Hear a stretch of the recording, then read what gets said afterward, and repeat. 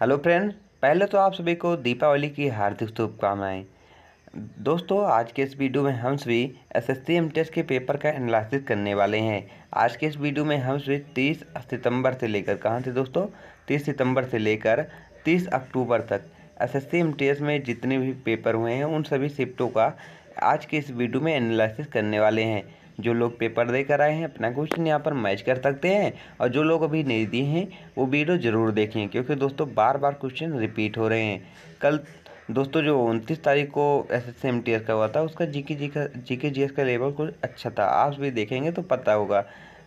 चलिए पढ़ना शुरू करते हैं। अब पहला क्वेश्चन, भारत की सबसे लंबी नदी कौन सी है? भारत की सबसे लंबी नदी कौन सी है? और दोस्तों इसके साथ ये भी पूछा था कि उसकी लंबाई कितनी है तथा कहाँ से निकलती है, ऐसा भी पूछा जा सकता है। इसलिए मैं इस क्वेश्चन में पूरा आप सभी को एक्सप्लेन करने वाला हूँ। भारत की सबसे लंबी नदी कौन सी है? तो राइट आंसर क्या है? गंगा। गंगा नदी जो है भारत की सबसे लंबी नदी है।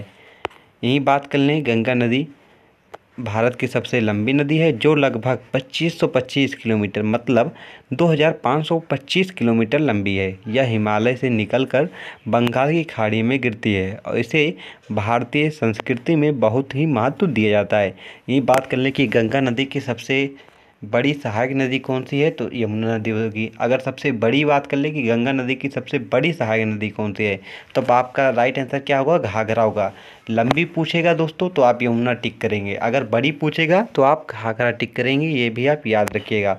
चलिए आगे देखते हैं। किस शहर को सिलिकॉन वैली के नाम से जाना जाता है?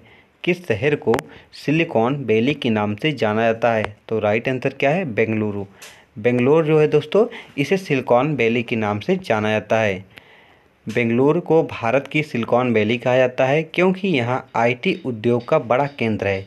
यह कई तकनीकी स्टार्टअप्स और वैश्विक कंपनियों का घर है, इसलिए दोस्तों इसे क्या कहते हैं? यहाँ पर आप देख सकते हैं सिलिकॉन वैली कहते हैं।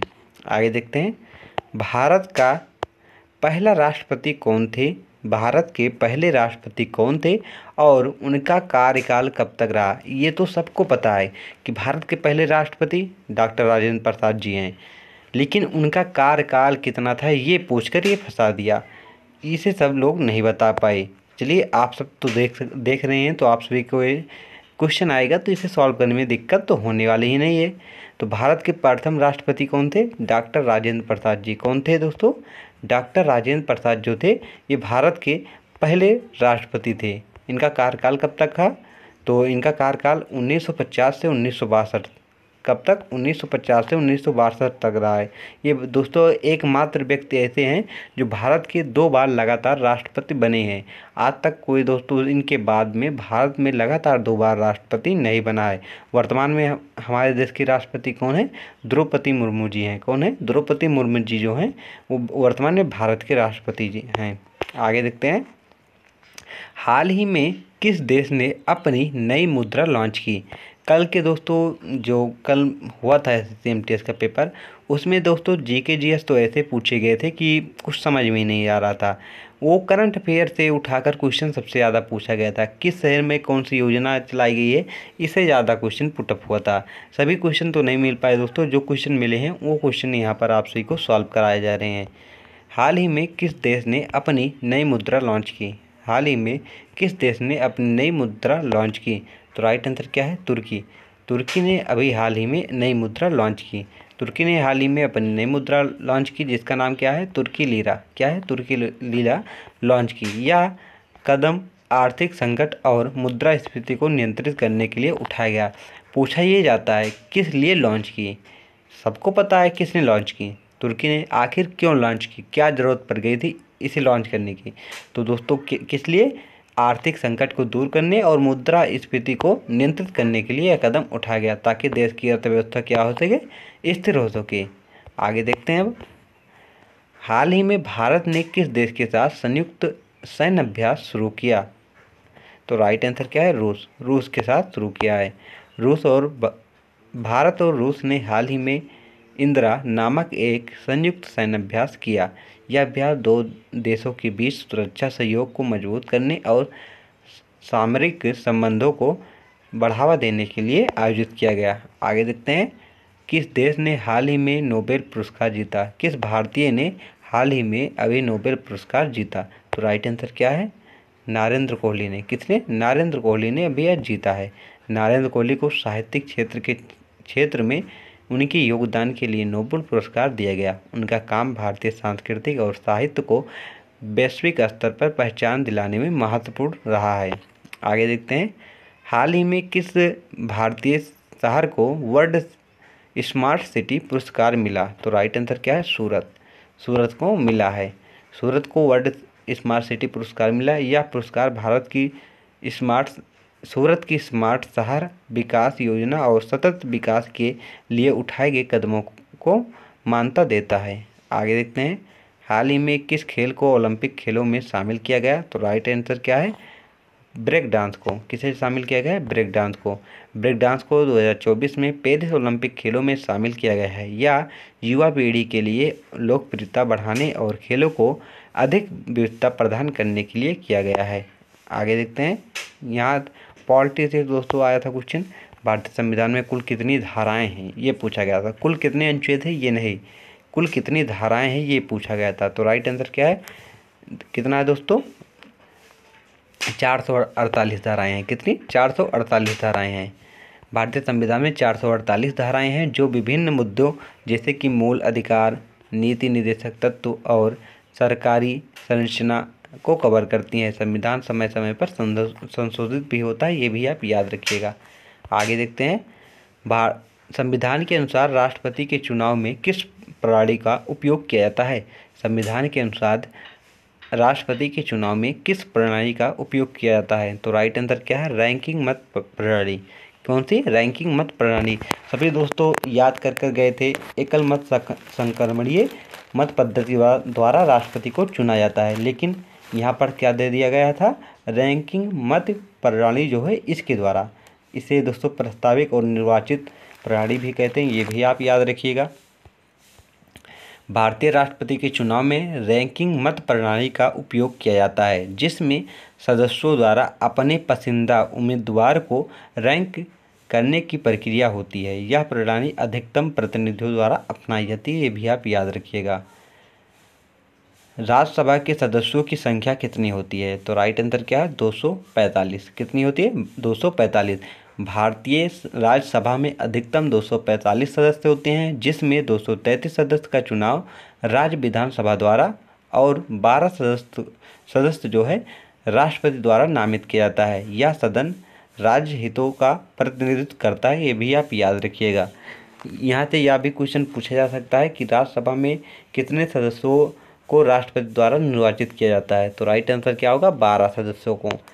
टोटल सदस्यों की संख्या कितनी होती है? 245। मूल अधिकारों की संख्या कितनी होती है? मूल अधिकारों की संख्या कितनी है? तो राइट आंसर क्या है फ्रेंड्स? 6 है। कितनी है? 6 मूल अधिकार हैं। अगर बात कर लें मूल अधिकार कहाँ से लिया गया है, तो यूएसए से लिया गया था, ये भी आप याद रखिएगा। भाग 3 में 1235 में इसका वर्णन किया गया है। वो कौन कौन से जो 6 मौलिक अधिकार हैं इसे भी देख सकते हैं। और दोस्तों ये भी आप जान लीजिए कि पहले वर्तमान में हमें 7 मौलिक अधिकार प्राप्त थे, लेकिन 44वें संविधान संशोधन 1978 के द्वारा दोस्तों जो है संपत्ति के अधिकार को कानूनी अधिकार बना दिया गया और इसे 300A में रखा गया है। 300A अनुच्छेद में ये भी पूछा गया था आप सभी के एग्जाम में, जिसमें अब टोटल जो 6 मौलिक अधिकार हैं उसे देख लेते हैं। इसे मौलिक अधिकार बोले या मूल अधिकार, बात एक ही है। पहला है समानता का अधिकार। कौन सा? समानता का अधिकार, मतलब सभी को एक समान रूप से देखा जाए, किसी के साथ भेदभाव नहीं किया जाता है। स्वतंत्रता का अधिकार, जैसे कहीं पर आने जाने की स्वतंत्रता, रहने की स्वतंत्रता, कोई भी काम करने की स्वतंत्रता, ये सब इसमें शामिल है। शोषण के खिलाफ अधिकार, मतलब शोषण की दिया गया है यहाँ पर कि आपको कोई शोषण नहीं करेगा। जैसे पहले जमींदार जो थे शोषण करते थे, काम भी करा लेते थे, मजदूरी नहीं देते, इस प्रकार की इसमें भी सुविधा की गई है। धर्म की स्वतंत्रता, मतलब यहाँ पर धर्म के स्वतंत्रता का अधिकार, मतलब भारत का जो नागरिक है वो कोई भी धर्म मान सकता है, किसी को बाध्य नहीं किया गया है कि आप ये धर्म माने। जैसे आप सभी देखे होंगे कि पाकिस्तान का जो वीज़ा होता है उसमें इस्लामी पाकिस्तान लिखा रहता है। क्या? इस्लामी पाकिस्तान, मतलब पाकिस्तान का अपना एक धर्म है इस्लाम, लेकिन भारत में ऐसा नहीं लिखा रहता। वो वहाँ पर केवल भारतीय लिखा रहता है, भारतीय पासवर्ड। क्या लिखा रहता है? भारतीय पासवर्ड। यहाँ वहाँ पर इस्लामिक पासवर्ड लिखा रहता है। तो भारत का कोई अपना धर्म नहीं है। यहाँ पर जो लोग हैं उन्हें स्वतंत्रता है, आप किसी भी धर्म को मान सकते हैं, इसलिए इसमें धार्मिक स्वतंत्रता का वर्णन किया गया है। सांस्कृतिक और शैक्षणिक अधिकार, मतलब इसमें जो अल्पसंख्यक लोग हैं उन्हें शामिल किया गया है दोस्तों। जैसे अल्पसंख्यक लोग जो हैं उन्हें अपने धर्म को बढ़ाने के लिए उस धर्म की शिक्षा देने के लिए छूट दिया गया है। उदाहरण के लिए आप जो मदरसा हैं उसे ले सकते हैं। फिर संवैधानिक उपविचारों का अधिकार, इससे दोस्तों जो भीमराव अंबेडकर जी हैं इन्होंने संविधान का हृदय और आत्मा भी कहा है। इसी अनुच्छेद 32 को दोस्तों संवैधानिक उपविचारों का जो अधिकार है इसे, ये सभी दोस्तों जो हैं ये हमारे 6 मौलिक अधिकार हैं, ये भी आप याद रखिएगा। आगे देखते हैं। पहला हमारा क्वेश्चन है कि भारत की सबसे लंबी नदी कौन सी है? भारत की सबसे लंबी नदी कौन सी है? तो राइट आंसर क्या है? गंगा। गंगा नदी जो है भारत की सबसे लंबी नदी है। गंगा नदी भारत की सबसे लंबी नदी है जो हिमालय से निकलकर बंगाल की खाड़ी में गिरती है। यह नदी भारतीय संस्कृति और धर्म में बहुत महत्वपूर्ण है। अगर बात कर लें कि गंगा की लंबाई कितनी है तो 2525, मतलब 25 किलोमीटर इसकी लंबाई है। कितना? 2525 किलोमीटर गंगा की लंबाई है। कहाँ से निकलती है? गंगोत्री से निकलती है। आगे देखते हैं। कौन सा पर्वत श्रृंखला भारत और तिब्बत के बीच स्थित है? कौन सा पर्वत श्रृंखला भारत और तिब्बत के बीच स्थित है? तो राइट आंसर क्या है? हिमालय। हिमालय जो है भारत और तिब्बत के बीच स्थित पर्वत श्रृंखला है। हिमालय पर्वत श्रृंखला भारत और तिब्बत के बीच स्थित है। और इसे विश्व की सबसे ऊंची पर्वत श्रृंखला माना जाता है, जिसमें माउंट एवरेस्ट भी शामिल है। अगर बात कर लें कि विश्व की सबसे ऊंची पर्वत श्रृंखला किसकी है तो हिमालय की है। वह श्रृंखला का नाम क्या है? तो माउंट एवरेस्ट है, जिसकी ऊंचाई कितनी है? 8848 मीटर। भारत का सबसे बड़ा राज्य कौन सा है? क्षेत्रफल की दृष्टि से बात हो रहा है। भारत का सबसे बड़ा राज्य कौन सा है? तो राइट आंसर क्या है? राजस्थान। और अगर बात करें जनसंख्या की दृष्टि से भारत का सबसे बड़ा राज्य कौन सा है तो उत्तर प्रदेश। राजस्थान क्षेत्रफल के हिसाब से भारत का सबसे बड़ा राज्य है। इसकी भौगोलिक स्थिति और सांस्कृतिक धरोहर इसे विशेष बनाती हैं। आगे देखते हैं। कौन सा देश सूर्य का उगता हुआ देश कहलाता है? कौन सा देश सूर्य का उगता हुआ देश कहलाता है? तो राइट आंसर क्या है? जापान। जापान को उगते हुए सूर्य का देश भी कहा जाता है। जापान को उगता हुआ सूर्य का देश कहा जाता है क्योंकि इसका नाम निप्पन या निहोन का अर्थ सूर्य का स्रोत होता है। चलिए आगे देखते हैं। जापान का नाम दोस्तों निप्पन से पड़ा है, जिसका अर्थ क्या होता है? सूर्य होता है, इसलिए इसे उगते हुए सूर्य का देश भी कहा जाता है। कौन सा महासागर पृथ्वी का सबसे बड़ा महासागर है? कौन सा महासागर पृथ्वी का सबसे बड़ा महासागर है? तो प्रशांत महासागर जो है दोस्तों ये पृथ्वी का सबसे बड़ा महासागर है। प्रशांत महासागर पृथ्वी का सबसे बड़ा महासागर है, जो लगभग 63 मिलियन वर्ग मील, मतलब 165 मिलियन वर्ग किलोमीटर क्षेत्र को कवर करता है। यह कई द्वीपों और देशों को शामिल भी करता है। अगर बात कर लें कि सबसे गहरी गर्त किस महासागर की है तो प्रशांत महासागर की। कौन सी है? तो मैरियाना गर्त जो है दोस्तों वो प्रशांत महासागर में पाई जाती है, जो सबसे गहरी गर्त है। आगे देखते हैं। भारत का पहला स्वतंत्रता संग्राम कब हुआ था? भारत का पहला स्वतंत्रता संग्राम कब हुआ था? तो 1850 ईस्वी में भारत का पहला स्वतंत्रता संग्राम हुआ था। 1857 का स्वतंत्रता संग्राम, जिसे सिपाही विद्रोह भी कहा जाता है, भारतीय इतिहास में ब्रिटिश शासन के खिलाफ पहला संगठित विद्रोह था। यह विद्रोह देश के विभिन्न हिस्सों में फैला हुआ था। आगे देखते हैं। महात्मा गांधी ने दांडी मार्च यात्रा कब शुरू की थी? तो राइट आंसर क्या है? 1923 ईस्वी में। महात्मा गांधी ने 12 मार्च 1930 को दांडी मार्च किया, जो नमक कानून का विद्रोह करने के लिए किया गया था। यह आंदोलन भारतीय स्वतंत्रता संग्राम का एक महत्वपूर्ण हिस्सा है। आगे देखते हैं, किस मुगल सम्राट ने जिंदगी का सच्चा सुख पर जोर दिया? किस मुगल सम्राट ने जिंदगी का सच्चा सुख पर जोर दिया? तो राइट आंसर क्या है? अकबर। अकबर महान ने दिया था। अकबर ने अपनी नीतियों और धार्मिक सहिष्णुता को बढ़ावा दिया और जिंदगी का सच्चा सुख का अर्थ समझाया, जिसमें सभी धर्मों का सम्मान करना शामिल था। आगे देखते हैं, वह कौन सा आंदोलन स्वराज्य का नारा लेकर आया? कौन सा आंदोलन जो है स्वराज्य का नारा लेकर आया? तो राइट आंसर क्या है? असहयोग आंदोलन जो था वो स्वराज्य का नारा लेकर आया था। इसमें दोस्तों क्या था, गांधी जी ने कहा था कि आप ब्रिटिश जो सरकार है उसका कोई भी सामान यूज नहीं करोगे, जिसके कारण उसका लॉस हो, उस सरकार का लॉस होगा और वो हमारे भारत को छोड़कर चले जाएंगे। असहयोग आंदोलन 1920 ईस्वी में महात्मा गांधी द्वारा शुरू किया गया था, जिसमें भारतीयों से ब्रिटिश शासन के खिलाफ जो है दोस्तों वही बताए, जो कोई भी सामान उनका नहीं यूज करना है, यही आंदोलन में था, जिसके कारण उनका जब यहाँ पर कोई प्रॉफिट ही नहीं होगा तो ब्रिटिश जो थे दोस्तों वो भारत छोड़कर चले जाएंगे, यही इसमें कहा गया था। आगे देखते हैं, भारत का विभाजन कब हुआ? भारत का विभाजन कब हुआ? तो राइट आंसर क्या है? 1947। इससे पहले दोस्तों भारत से म्यांमार अलग हो चुका था, लेकिन जब भारत से पाकिस्तान अलग हुआ तो ज़्यादा इसे दोस्तों दुख की बात कह सकते हैं, ज़्यादा भारत को क्षति पहुंची थी। भारत का विभाजन 15 मार्च 1947 को हुआ, जिसके परिणाम स्वरूप भारत और पाकिस्तान दो स्वतंत्र राष्ट्र बने।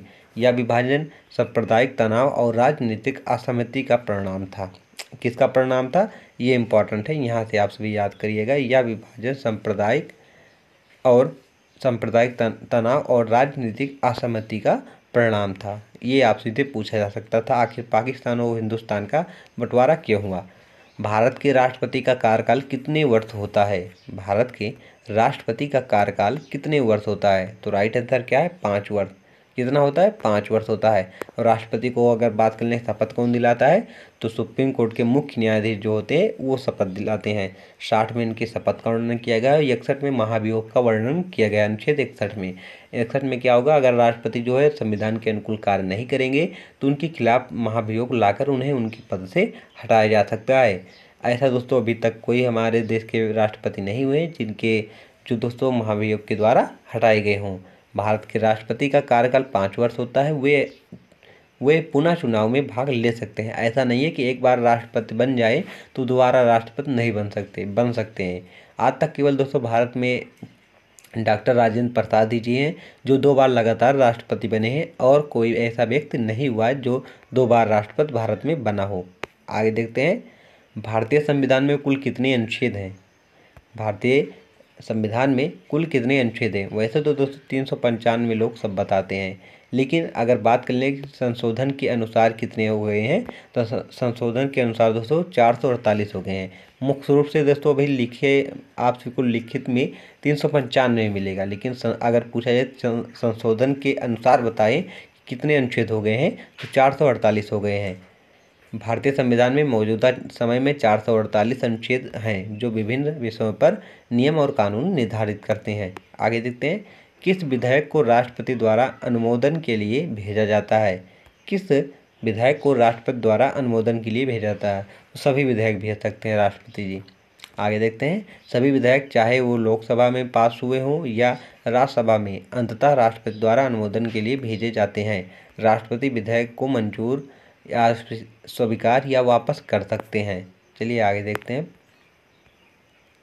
भारत में राज्यों के पुनर्गठन का पहला आयोग कौन सा था? तो राइट आंसर क्या है? सज्जन आयोग। कौन सा? सज्जन आयोग था। सज्जन आयोग जिसे 1953 में स्थापित किया गया राज्यों के पुनर्गठन की सिफारिश के लिए। इसका मुख्य उद्देश्य भाषाई आधार पर राज्यों का पुनर्गठन था।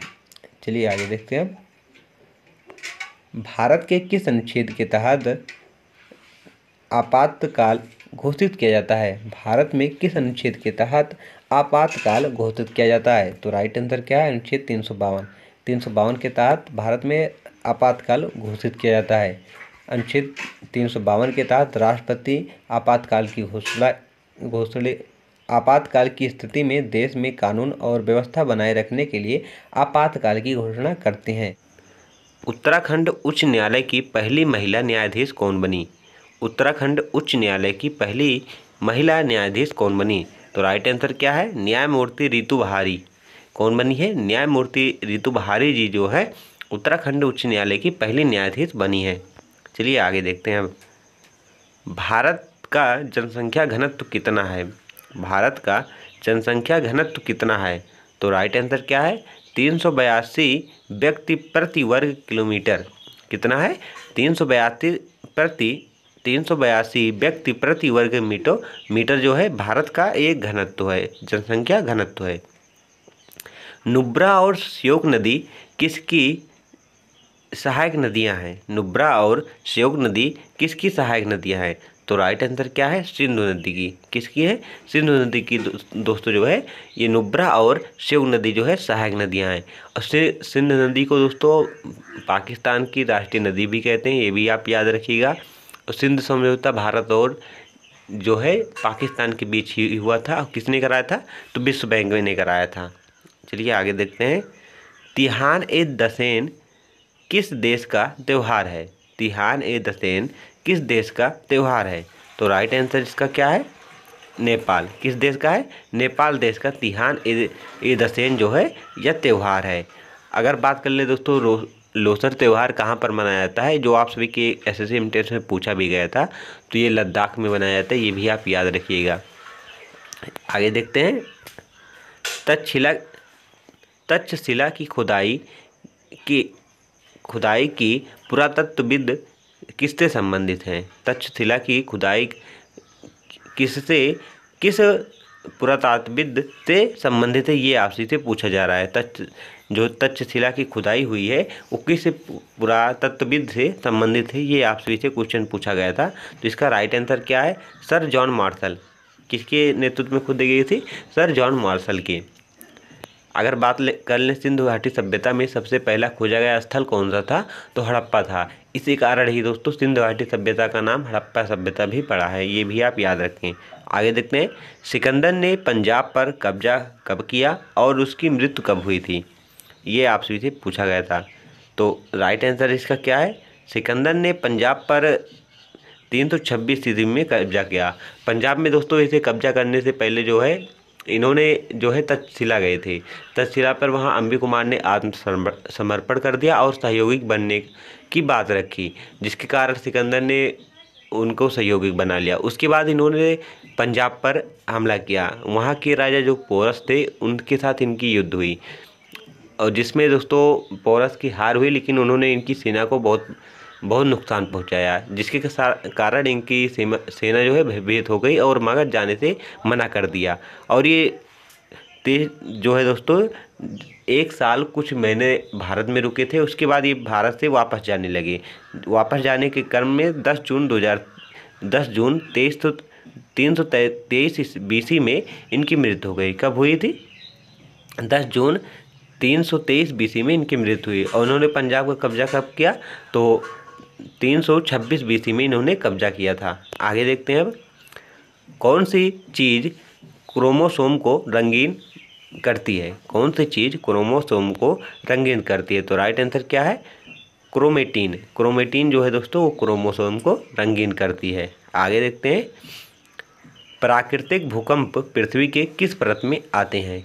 प्राकृतिक भूकंप जो है पृथ्वी के किस परत में आते हैं? तो राइट आंसर क्या है? स्थल मंडल में। कहाँ पर आते हैं? स्थल मंडल में आते हैं। आगे देखते हैं। नृत्य के लिए जुगनू किसकी आत्मकथा है? नृत्य के लिए जुगनू मोस्ट इंपॉर्टेंट क्वेश्चन है। नृत्य के लिए जुगनू किसकी आत्मकथा है? तो राइट आंसर क्या है? यामिनी कृष्ण मूर्ति की है। किसकी है? यामिनी कृष्ण मूर्ति की है। आगे देखते हैं। सबसे ज़्यादा बार महिला T20 वर्ल्ड कप किस देश ने जीता? सबसे ज़्यादा बार महिला T20 वर्ल्ड कप किसने जीता? तो राइट आंसर क्या है? ऑस्ट्रेलिया ने। किसने जीता है? ऑस्ट्रेलिया ने जीता है।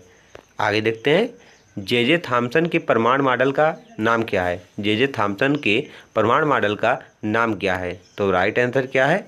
तरबूज का मॉडल। जे थॉम्सन ने कौन सा मॉडल दिया था? तरबूज का मॉडल दिया था। आगे देखते हैं, किस इतिहासकार ने रजिया सुल्तान के बारे में लिखा? किस इतिहासकार ने रजिया सुल्तान के बारे में लिखा? तो राइट आंसर क्या है? मिहान ए सिराज जो है, इन्होंने रजिया सुल्तान के बारे में लिखा। चलिए आगे देखते हैं अब कि बथुकम्मा त्यौहार भारत के किस राज्य में मनाया जाता है? बथुकम्मा त्यौहार भारत के किस राज्य में मनाया जाता है? तो राइट आंसर क्या है? तेलंगाना। किस राज्य में मनाया जाता है? तेलंगाना राज्य में मनाया जाता है। बथुकम्मा त्यौहार एक पुष्पों का त्यौहार है। ये भी आपसे से पूछा जा सकता है, बथुकम्मा त्यौहार जो है वो किस प्रकार का त्यौहार है? पुष्पों का, खेलों का, या फिर दोस्तों पत्थरों का, ऐसे दिया जाएगा आप सभी को। तो किसका है? पुष्पों का त्यौहार है, जो मुख्य रूप से तेलंगाना और आंध्र प्रदेश के कुछ हिस्सों में मनाया जाता है। कहाँ पर? तेलंगाना और आंध्र प्रदेश के कुछ हिस्सों में मनाया जाता है। चलिए आगे देखते हैं अब। अलर मेर वल्ली का संबंध भारत के किस शास्त्रीय नृत्य से है? किसका? अनर अलर मेल बल्ली का संबंध भारत के किस शास्त्रीय नृत्य से है? तो इसका राइट आंसर क्या है? भारतनाट्यम। किससे है? भारतनाट्यम से है। भारतनाट्यम जो शास्त्रीय नृत्य किस राज्य का शास्त्रीय नृत्य है? तो ये तमिलनाडु का है। कुल शास्त्रीय नृत्यों की संख्या कितनी है? तो 8 है। कितनी है? 8 है। और ये भी दोस्तों आप भी याद कर लीजिएगा कि कौन सा शास्त्रीय नृत्य किस राज्य में मनाया जाता है। यहाँ से भी क्वेश्चन पूछा जाता है। जैसे कुचिपुड़ी किस राज्य का शास्त्रीय नृत्य है, इस प्रकार से आपसे भी पूछा जाएगा। तो आंध्र प्रदेश का है। कथक कहाँ का है? उत्तर प्रदेश का है। कथकली कहाँ का है? केरल का है। मोहिनीअट्टम कहाँ का है? केरल का है। उड़ीसी कहाँ का है? उड़ीसा का है। मणिपुरी कहाँ का है? तो मणिपुर का है। सत्रिया कहाँ का है? असम का है। इसी प्रकार आप याद रखिएगा। राष्ट्रीय तकनीकी अनुसंधान का अध्यक्ष किसे बनाया गया है? राष्ट्रीय तकनीकी अनुसंधान का अध्यक्ष किसे बनाया गया है? तो राइट आंसर क्या है? अरुण सिन्हा को। किसे बनाया गया है? अरुण सिन्हा को बनाया गया है। आगे देखते हैं, कृषि और पशुपालन का संगठन कौन से अनुच्छेद में वर्णित है? कृषि और पशुपालन का संगठन कौन से अनुच्छेद में वर्णित है? तो इसका राइट आंसर क्या है? अनुच्छेद 48। किस में? अनुच्छेद 48 में वर्णित है। अनुच्छेद 40 में किसका वर्णन किया गया है? तो पंचायती राज की व्यवस्था की जो है दोस्तों, उसका वर्णन अनुच्छेद 40 में है। ये भी आप याद रखिए। राष्ट्रीय हरित हाइड्रोजन मिशन कब तक बढ़ाया गया है? राष्ट्रीय हरित हाइड्रोजन मिशन कब तक बढ़ाया गया है? तो इसका राइट आंसर क्या है? 2030 तक। कब तक बढ़ाया गया है? 2030 तक बढ़ाया गया है। आगे देखते हैं, 2011 की जनगणना के अनुसार केरल की जनसंख्या की वृद्धि दर कितने प्रतिशत थी? 2011 की जनगणना के अनुसार केरल की वृद्धि दर कितने प्रतिशत थी? तो राइट आंसर 4.91%। 4.91% जो था दोस्तों, केरल की वृद्धि दर है। अगर बात कर लें केरल में साक्षरता दर कितनी है, तो 94% दोस्तों जो है केरल की साक्षरता दर है। सबसे साक्षर राज्य कौन सा है? तो केरल ही है। ये भी आप याद रखिएगा। अंडे का रंग सफ़ेद क्यों होता है? अंडे का रंग सफ़ेद क्यों होता है? तो इसका राइट आंसर क्या है? अंडे में उपस्थित प्रोटीन और पानी के कारण ही अंडे का रंग लाल होता है, सोरेसो सफ़ेद होता है। और बात कर लेंगे टमाटर लाल क्या होता है, तो लाइकोपिन के कारण दोस्तों टमाटर जो है लाल होता है। बात करें कि छिपकली का खून कैसा होता है, तो ठंडा होता है। ये सभी आपसे के एग्जाम में ये क्वेश्चन पूछा गया है।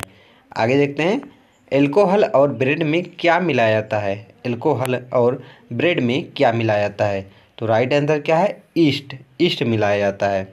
आगे देखते हैं, भारतीय उपमहाद्वीप में बगीचे में बना पहला मकबरा कौन सा है? भारतीय उपद्वीप में बगीचे में बना पहला मकबरा कौन सा है? तो हुमायूं का मकबरा। कौन है? हुमायूं का मकबरा है। कहाँ पर स्थित है? दिल्ली में स्थित है। किसने बनवाया था? तो हुमायूं की जो पत्नी थी उन्होंने यह बनवाया था। आगे देखते हैं, भारत में महिला एशिया ओडीआई कप की मेजबानी कब की गई थी? भारत में महिला एशिया ओडीआई कप की मेजबानी कब की गई थी? तो राइट आंसर क्या है? 2006 में। कब की गई थी? 2006 में की गई थी।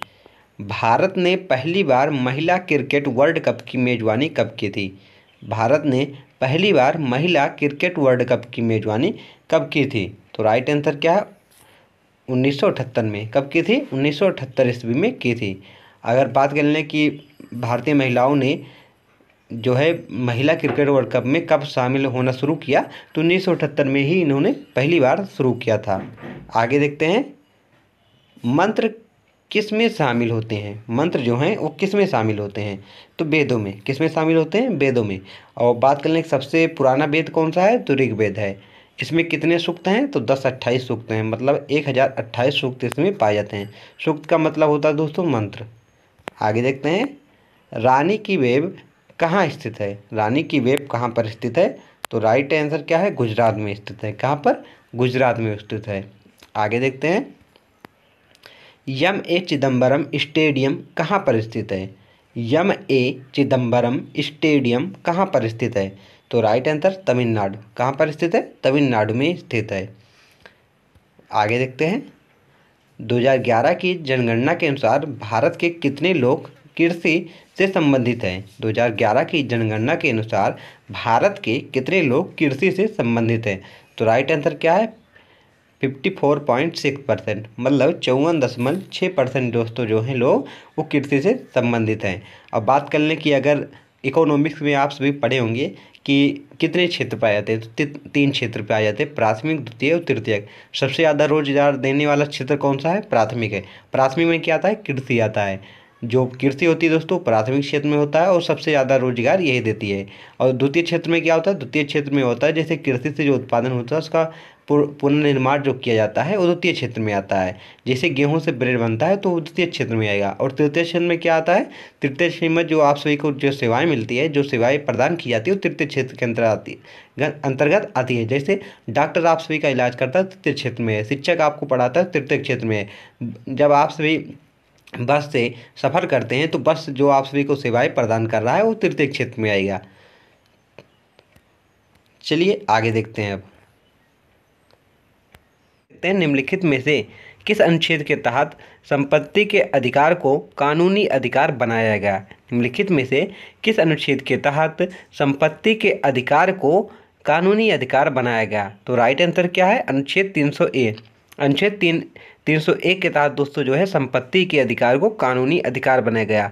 अगर बात कर ले कौन सा संविधान संशोधन था, तो 86वां संविधान संशोधन 1986 के द्वारा, सॉरी दोस्तों 44, कौन सा संविधान संशोधन था? 44वां संविधान संशोधन 1986 के द्वारा दोस्तों जो संपत्ति के अधिकार है इसे कानूनी अधिकार बनाया गया है और अनुच्छेद 300A में इसे रखा गया है। चलिए आगे देखते हैं, सूर्य पृथ्वी से कितना दूर है? सूर्य पृथ्वी से लगभग कितनी दूरी पर स्थित है? ये आप सभी का क्वेश्चन है। तो राइट आंसर क्या है? 15 मिलियन। कितना? 15 मिलियन लगभग सूर्य पृथ्वी से दूर है। आगे देखते हैं, भारत के सबसे दक्षिणी सिरे का क्या नाम है? भारत के सबसे दक्षिणी सिरे का क्या नाम है? तो राइट आंसर क्या है? इंदिरा पॉइंट, जो दोस्तों अंडमान निकोबार द्वीप समूह में स्थित है। वहीं पर दोस्तों ये जो है इंदिरा पॉइंट पाई जाती है। अगर बात कर लें कि सबसे भारत के मूल भूमि में भारत का सबसे दक्षिणी बिंदु कौन सा है? तो कन्याकुमारी है। सबसे उत्तरी कौन सा है? इंदिरा कॉल है, ये भी आप याद रखिएगा। चलिए आगे देखते हैं। अब भारत में श्वेत क्रांति को और किस नाम से जाना जाता है? भारत में श्वेत क्रांति को और किस नाम से जाना जाता है? तो राइट आंसर क्या है? Operation flood. किस नाम से? ऑपरेशन फ्लड के नाम से जाना जाता है। आगे देखते हैं, सतलुज नदी घाट में सिंचाई के लिए और विद्युत उत्पादन के लिए कौन सी परियोजनाएं बनाई गई? सतलुज नदी घाट में सिंचाई के लिए और विद्युत उत्पादन के लिए कौन सी योजना बनाई गई थी? ये आपसे से पूछा गया था। तो राइट आंसर क्या है? भाखड़ा नागल परियोजना चलाई गई थी। आगे देखते हैं, सिलिकॉन डाइऑक्साइड का समान नाम क्या है? सिलिकॉन डाइऑक्साइड का समान नाम क्या है? तो राइट आंसर क्या है? क्वार्टज। क्या है? क्वार्टज कहते हैं इसे। आगे अगला क्वेश्चन, हरिशंकर चौरसिया का संबंध किस वाद्य यंत्र से है? हरिशंकर चौरसिया का संबंध किस वाद्य यंत्र से है? ये आपसे से पूछा गया था। तो राइट आंसर क्या है? ये बांसुरी वादक है, एक प्रसिद्ध क्या है? बांसुरी वादक हैं। आगे देखते हैं, हाल ही में किस टीम ने वर्ल्ड टेस्ट चैंपियनशिप 2023 का खिताब जीता? हाल ही में किस टीम ने वर्ल्ड टेस्ट चैंपियनशिप 2023 का खिताब जीता? तो राइट आंसर क्या है? ऑस्ट्रेलिया ने। किसे हराया था? तो बड़े दुख के साथ बताना पड़ रहा है, भारत इसमें हारा था। जीता कौन था? तो दोस्तों ऑस्ट्रेलिया जीता था। अब वहीं बात कर लेगा T20 वर्ल्ड कप जो 2024 का हुआ है, इसे किसने जीता है? तो भारत ने जीता है, ये भी आप याद रखिएगा। और अगर WPL की बात कर लें, IPL जो WPL वाला हुआ था दोस्तों, महिला वर्ल्ड कप हुआ था IPL वाला, उसमें कौन सी टीम जीती थी? तो RCB जीती थी, ये भी आप याद रखिएगा। आगे देखते हैं, किस अनुच्छेद के तहत सर्वोच्च न्यायालय एक अभिलेख न्यायालय होता है?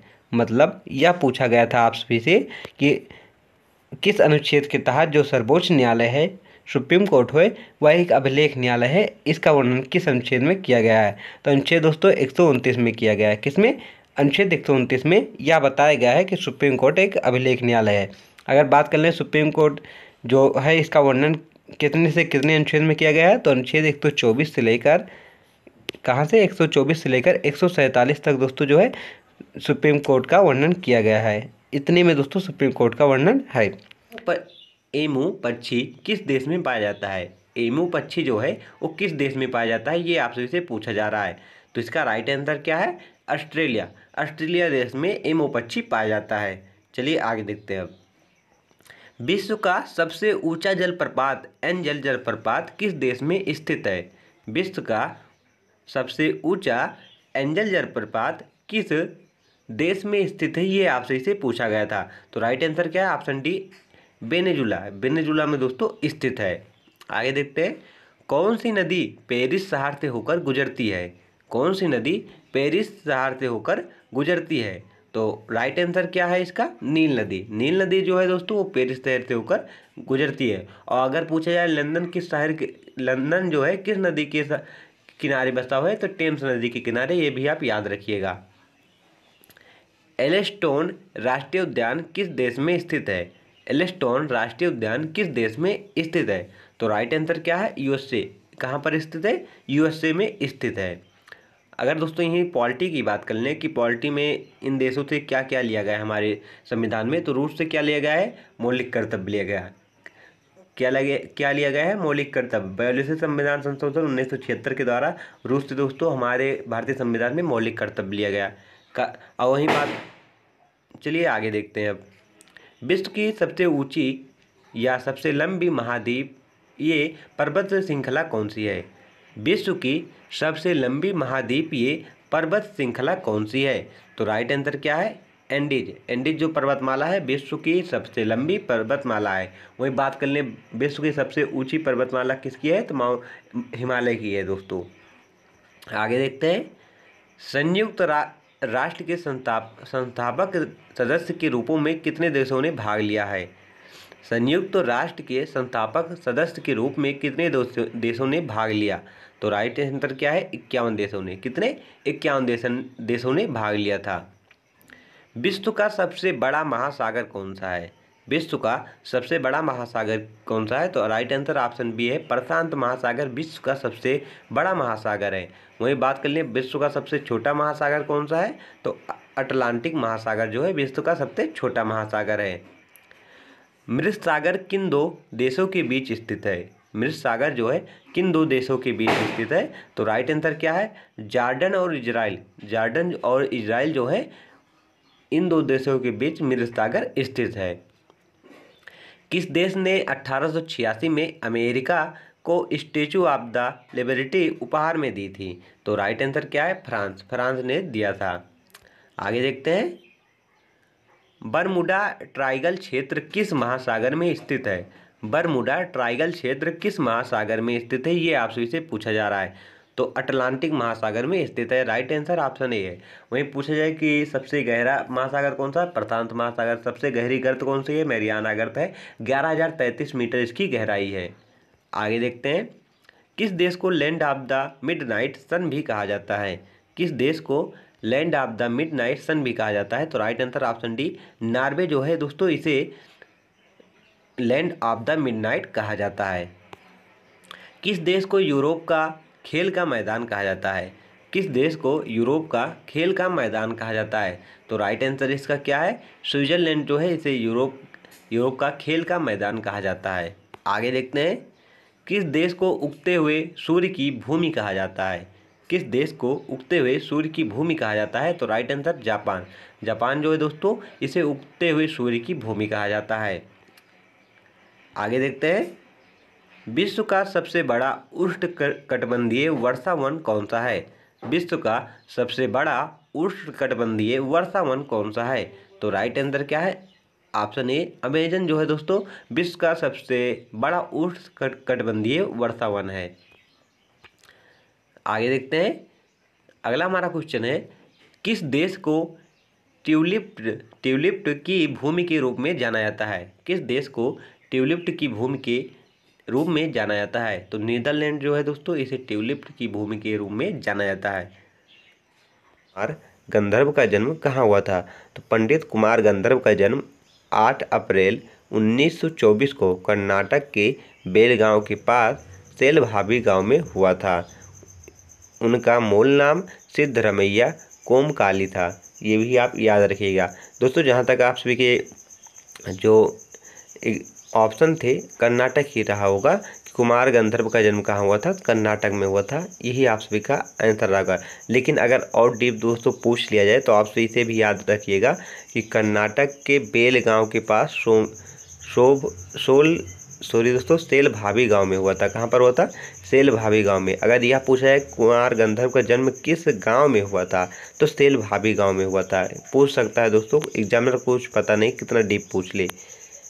यहाँ पर क्वेश्चन पूछा गया था संविधान का, संविधान के अनुच्छेद 157 का संबंध किससे है? संविधान के अनुच्छेद 157 का संबंध किससे है? तो राज्यपाल की नियुक्ति किससे है? राज्यपाल की नियुक्ति से है। कौन करता है? राष्ट्रपति जी राज्यपाल की नियुक्ति करते हैं। 152 में इनकी पद का वर्णन 152 में इनकी पद का वर्णन किया गया है। 153 में बताया गया कि राज्यों के लिए एक राज्यपाल होंगे। चलिए आगे देखते हैं। अब यहाँ पर अगला क्वेश्चन हमारा 2011 के जनगणना के अनुसार सबसे कम बाल लिंगानुपात किस राज्य में है? 2011 के जनगणना के अनुसार सबसे कम बाल लिंगानुपात किस राज्य में है? तो राइट आंसर क्या है? हरियाणा में है दोस्तों। आगे देखते हैं, पट्टी पक्षी अभ्यारण्य किस राज्य में है? पट्टी पक्षी अभ्यारण्य किस राज्य में है? ये आपसे से पूछा गया था। तो भारत के लक्षद्वीप में है। लक्षद्वीप दोस्तों भारत का केंद्र शासित प्रदेश है, ये भी आप याद रखिए। और सबसे छोटा केंद्र शासित प्रदेश जो है वो लक्षद्वीप ही है। आगे देखते हैं, बाल विवाह कब समाप्त हुआ था? बाल विवाह कब समाप्त हुआ था? ये आपसे से पूछा जा रहा था। तो 1929 ईस्वी में। कब हुआ था? 1929 ईस्वी में बाल विवाह समाप्त हुआ था। कथकली किस राज्य का शास्त्रीय नृत्य है? कथकली किस राज्य का शास्त्रीय नृत्य है? तो केरल का है। कहाँ का है? केरल का। दोस्तों शास्त्रीय नृत्य से हर शिफ्ट में क्वेश्चन पूछा ही जा रहा है। 1 या 2 क्वेश्चन शास्त्रीय नृत्य से आ ही रहे हैं। इसलिए चलिए आप सभी को बता देते हैं आखिर किस राज्य का कौन सा शास्त्रीय नृत्य है। टोटल शास्त्रीय नृत्यों की संख्या कितनी है? तो टोटल शास्त्रीय नृत्यों की संख्या 8 है। चलिए देखते हैं अब कौन कौन से राज्य में कौन कौन सा शास्त्रीय नृत्य मनाया जाता है। पहला देख लीजिए, भारतनाट्यम। भारतनाट्यम किस राज्य का शास्त्रीय नृत्य है? तमिलनाडु का है। कहाँ का है? तमिलनाडु का। भारत जी ट्रिक से याद कर लें ताकि आपसे भी भूले ना। भारत जी जो थे वो राम से क्या करने गए थे? मिलन करने गए थे। भरत जी जो हैं वो श्री राम जी से क्या करने गए थे? तो मिलन करने गए थे। बीच का रूट वर्ड पकड़िए, तो भरत मिलन। तो भारतनाट्यम कहाँ का हो गया? तमिलनाडु। भारतनाट्यम कहाँ का हो गया? तमिलनाडु का है, हो गया। और उत्तर प्रदेश, कथक कहाँ का है? उत्तर प्रदेश। उत्तर प्रदेश वाले क्या नहीं करते? ये कभी थकते नहीं। उत्तर प्रदेश वाले क्या नहीं होते? कभी थकते नहीं। तो कथक उत्तर प्रदेश, कथक उत्तर प्रदेश, इस प्रकार आप याद रखिएगा। उसके बाद मोहिनीअट्टम कहाँ का है? केरल का है। मोहिनीअट्टम कहाँ का है? केरल का। मोहिनीअट्टम केरल। कुचिपुड़ी, कच्ची पूड़ी देखकर अंधा भी बता देता कि आप यह पूरी कैसी है? कच्ची है। तो कुची आंध्र प्रदेश को अंधे से ले दीजिए। कच्ची पूड़ी देखकर कौन बता देता है? अंधा भी बता देता है यह पूड़ी कैसी है? कच्ची है। तो कुचिपुड़ी कहाँ का हो गया? आंध्र प्रदेश का हो गया। चलिए आगे देखते हैं अब। कथकली, कथकली कहाँ का? केरल। मोहिनीअट्टम और केरल, कथकली कहाँ का है? केरल का। 2 शास्त्रीय नृत्य किस राज्य में है? केरल में है। कौन कौन से? मोहिनीअट्टम और कौन सा दोस्तों? कथकली कहाँ का है? केरल का। मणिपुरी, मणिपुरी कहाँ का है? मणिपुर का है, सिंपल है। उड़ीसी, उड़ीसा का है। सत्रिय, असम का है। एक बार फिर से रिवाइज कर लीजिए, इसे जरूर याद करके जाइए, यहाँ से क्वेश्चन पूछा ही जा रहा है। भारतनाट्यम कहाँ का है? तमिलनाडु का है। कथक कहाँ का? उत्तर प्रदेश का है। मोहिनीअट्टम कहाँ का है? केरल का है। कुचिपुड़ी कहाँ का है? आंध्र प्रदेश का है। कथकली कहाँ का है? केरल का है। मणिपुरी कहाँ का है? मणिपुर का है। उड़ीसी कहाँ का है? उड़ीसा का है। और असम, सत्रिया कहाँ का है? असम का है। चलिए आगे देखते हैं अब। जम्मू कश्मीर के इतिहास के बारे में किस कवि ने लिखा था? जम्मू कश्मीर के इतिहास के बारे में किस कवि ने लिखा था? तो कल्हड़। किसने लिखा था? कल्हड़। राजतरंगी में दोस्तों इन्होंने जम्मू कश्मीर के बारे में लिखा था। हिमाचल प्रदेश के हिडिंबा मंदिर में कौन सा उत्सव मनाया जाता है? हिमाचल प्रदेश के हिडिंबा देवी के मंदिर में कौन सा महोत्सव मनाया जाता है? तो राइट आंसर क्या है? डुंगरी महोत्सव। कौन सा? डुंगरी महोत्सव मनाया जाता है। सुनील छेत्री ने किस वर्ष हैट्रिक लगाया था? सुनील छेत्री ने किस वर्ष हैट्रिक लगाया था? तो राइट आंसर है 2018 में। कब लगाया था दोस्तों? 2018 में लगाया था। शोभना नारायण को किस नृत्य के लिए पद्मश्री पुरस्कार मिला था? शोभना नारायण को किस नृत्य के लिए पद्मश्री पुरस्कार मिला था? तो राइट आंसर क्या है? कथक। देख सकते हैं दोस्तों, 2 क्वेश्चन आ चुका है आप सभी का केवल शास्त्रीय नृत्य से। यूरिया का निर्माण किससे होता है? यूरिया का निर्माण किससे करते हैं या किससे होता है? तो किससे करते हैं दोस्तों? तो इसका राइट आंसर क्या होगा? Ammonia nitrate. अमोनिया नाइट्रेट से यूरिया का निर्माण करते हैं, ये भी आप याद रखिएगा। कौन से कारण से मिट्टी बनती है?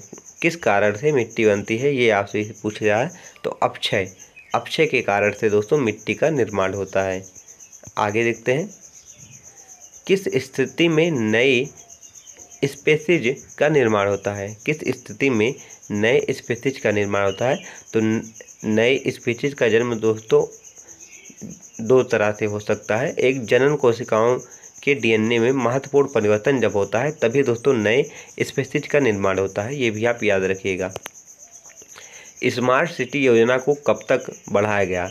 स्मार्ट सिटी योजना को कब तक बढ़ाया गया है, ये आपसे से पूछा जा रहा है।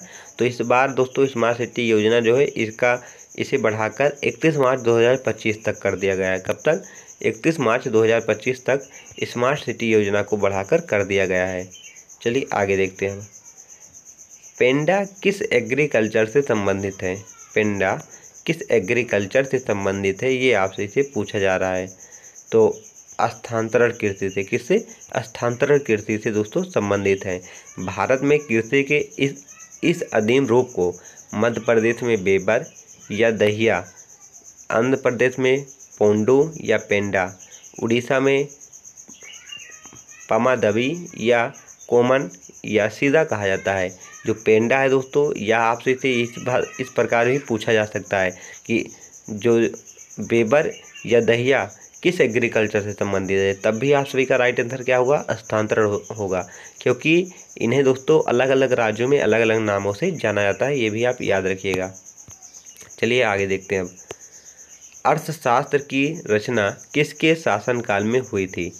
अर्थशास्त्र की रचना किसके शासनकाल में हुई थी? तो चंद्रगुप्त मौर्य की। किसके? चंद्रगुप्त मौर्य के शासनकाल में हुई थी। पहले सिविल सर्विस एग्ज़ाम कहाँ हुआ था? पहला सिविल सर्विस एग्ज़ाम कहाँ पर हुआ था? अगर बात करें पहला सिविल सर्विस एग्ज़ाम कहाँ पर हुआ था, तो लंदन में हुआ था। अगर भारत में बात करें पहला सिविल सर्विस एग्ज़ाम कहाँ पर हुआ था, तो इलाहाबाद में हुआ था। कहाँ पर? इलाहाबाद में। अगर पूरे वर्ल्ड में पूछें तो लंदन में सबसे पहले हुआ था, लेकिन भारत में पूछें तो इलाहाबाद में होगा। और यहाँ भी दोस्तों आप ध्यान दीजिएगा कि अर्थशास्त्र की रचना किसके शासनकाल में हुई, ये आपसे से पूछा जा रहा है, ना कि आपसे से पूछा जा रहा था किसने की। अगर किसके शासनकाल में हुई? चंद्रगुप्त मौर्य के। और अगर बात करें किसने की, तो चाणक्य जी ने की थी। किसने? चाणक्य ने की थी। चाणक्य कौन थे? चंद्रगुप्त मौर्य के गुरु थे, ये भी आप याद रखिएगा। बिलाटा लोक नृत्य का संबंध किस राज्य से है? बिलाटा लोक नृत्य का संबंध किस राज्य से है? तो राइट आंसर क्या है इसका? कर्नाटक। कर्नाटक राज्य से इसका संबंध है। आगे देखते हैं। सचिन तेंदुलकर ने अपनी 100वीं शतक किसके खिलाफ लगाया था? सचिन तेंदुलकर ने अपनी 100वीं शतक किसके खिलाफ लगाया था? तो राइट आंसर इसका क्या है? बांग्लादेश के खिलाफ लगाया था। चलिए आगे देखते हैं। सचिन तेंदुलकर ने अपना 100वां अंतर्राष्ट्रीय शतक बांग्लादेश के खिलाफ लगाया था। यह शतक उन्होंने 12 मार्च 2012 को एशिया कप के दौरान मीरपुर के शेर ए बांग्ला नेशनल स्टेडियम में लगाया था। ये भी पूछा जा सकता है आप सभी से कि सचिन तेंदुलकर ने कहाँ लगाया था? तो मीरपुर के शेर ए बांग्ला नेशनल स्टेडियम में इन्होंने लगाया था। आगे देखते हैं। मोजार्ट ऑफ मद्रास किसे कहा जाता है? मोजार्ट ऑफ मद्रास किसे कहा जाता है? तो इसका राइट आंसर क्या है? AR रहमान को। किसे? AR रहमान को मोजार्ट ऑफ मद्रास कहा जाता है। आगे देखते हैं। मौलिक अधिकार की उप समिति के अध्यक्ष कौन थे? मौलिक अधिकार के उप समिति के अध्यक्ष कौन थे? तो JB कृपलानी जी। कौन थे? JB कृपलानी जो थे दोस्तों, वो मौलिक अधिकार के उप समिति के अध्यक्ष थे।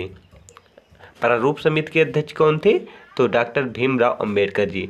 और संविधान सभा के अस्थायी अध्यक्ष कौन थे? डॉक्टर राजेंद्र प्रसाद। उपाध्यक्ष कौन, पहले अस्थायी अध्यक्ष कौन बने थे? डॉक्टर सच्चिदानंद सिन्हा। ये भी आप याद रखिएगा। चलिए आगे देखते हैं। अगला क्वेश्चन हमारा है, इनसैट का फुल फॉर्म क्या होता है? इनसैट का फुल फॉर्म क्या होता है? इजी क्वेश्चन था। तो इंडियन नेशनल सैटेलाइट सिस्टम होता है। क्या? इंडियन नेशनल सैटेलाइट सिस्टम होता है इनसैट का फुल फॉर्म।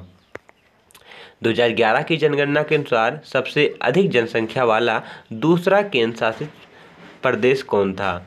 2011 की जनगणना के अनुसार सबसे अधिक जनसंख्या वाला दूसरा केंद्र शासित प्रदेश कौन था? तो इसका राइट आंसर क्या है? चंडीगढ़। चंडीगढ़ जो था दोस्तों, सबसे अधिक जनसंख्या वाला दूसरा केंद्र शासित प्रदेश था। अगर पहला केंद्र शासित प्रदेश पूछा जाए सबसे अधिक जनसंख्या वाला, दिल्ली था। और सबसे कम जनसंख्या किस केंद्र शासित प्रदेश में? तो लक्षद्वीप में है। ये भी आप याद रखिएगा। चलिए आगे देखते हैं। पुरंदर की संधि के दौरान शिवाजी ने कितने किले मुगलों को दिए थे? पुरंदर की संधि के दौरान शिवाजी ने कितने किले मुगलों को दिए थे? तो इसका राइट आंसर क्या है? 23 किले। कितने किले दिए थे? 23 किले दिए थे। पुरंदर की संधि कब हुई थी? 1665 ईस्वी में हुई थी। ये भी आप याद रखिएगा। कांग्रेस का पहला अधिवेशन कहाँ हुआ था? कांग्रेस का पहला अधिवेशन कहाँ पर हुआ था? तो बॉम्बे में। कहाँ पर? बॉम्बे में हुआ था। और कब हुआ था? 1885 ईस्वी में।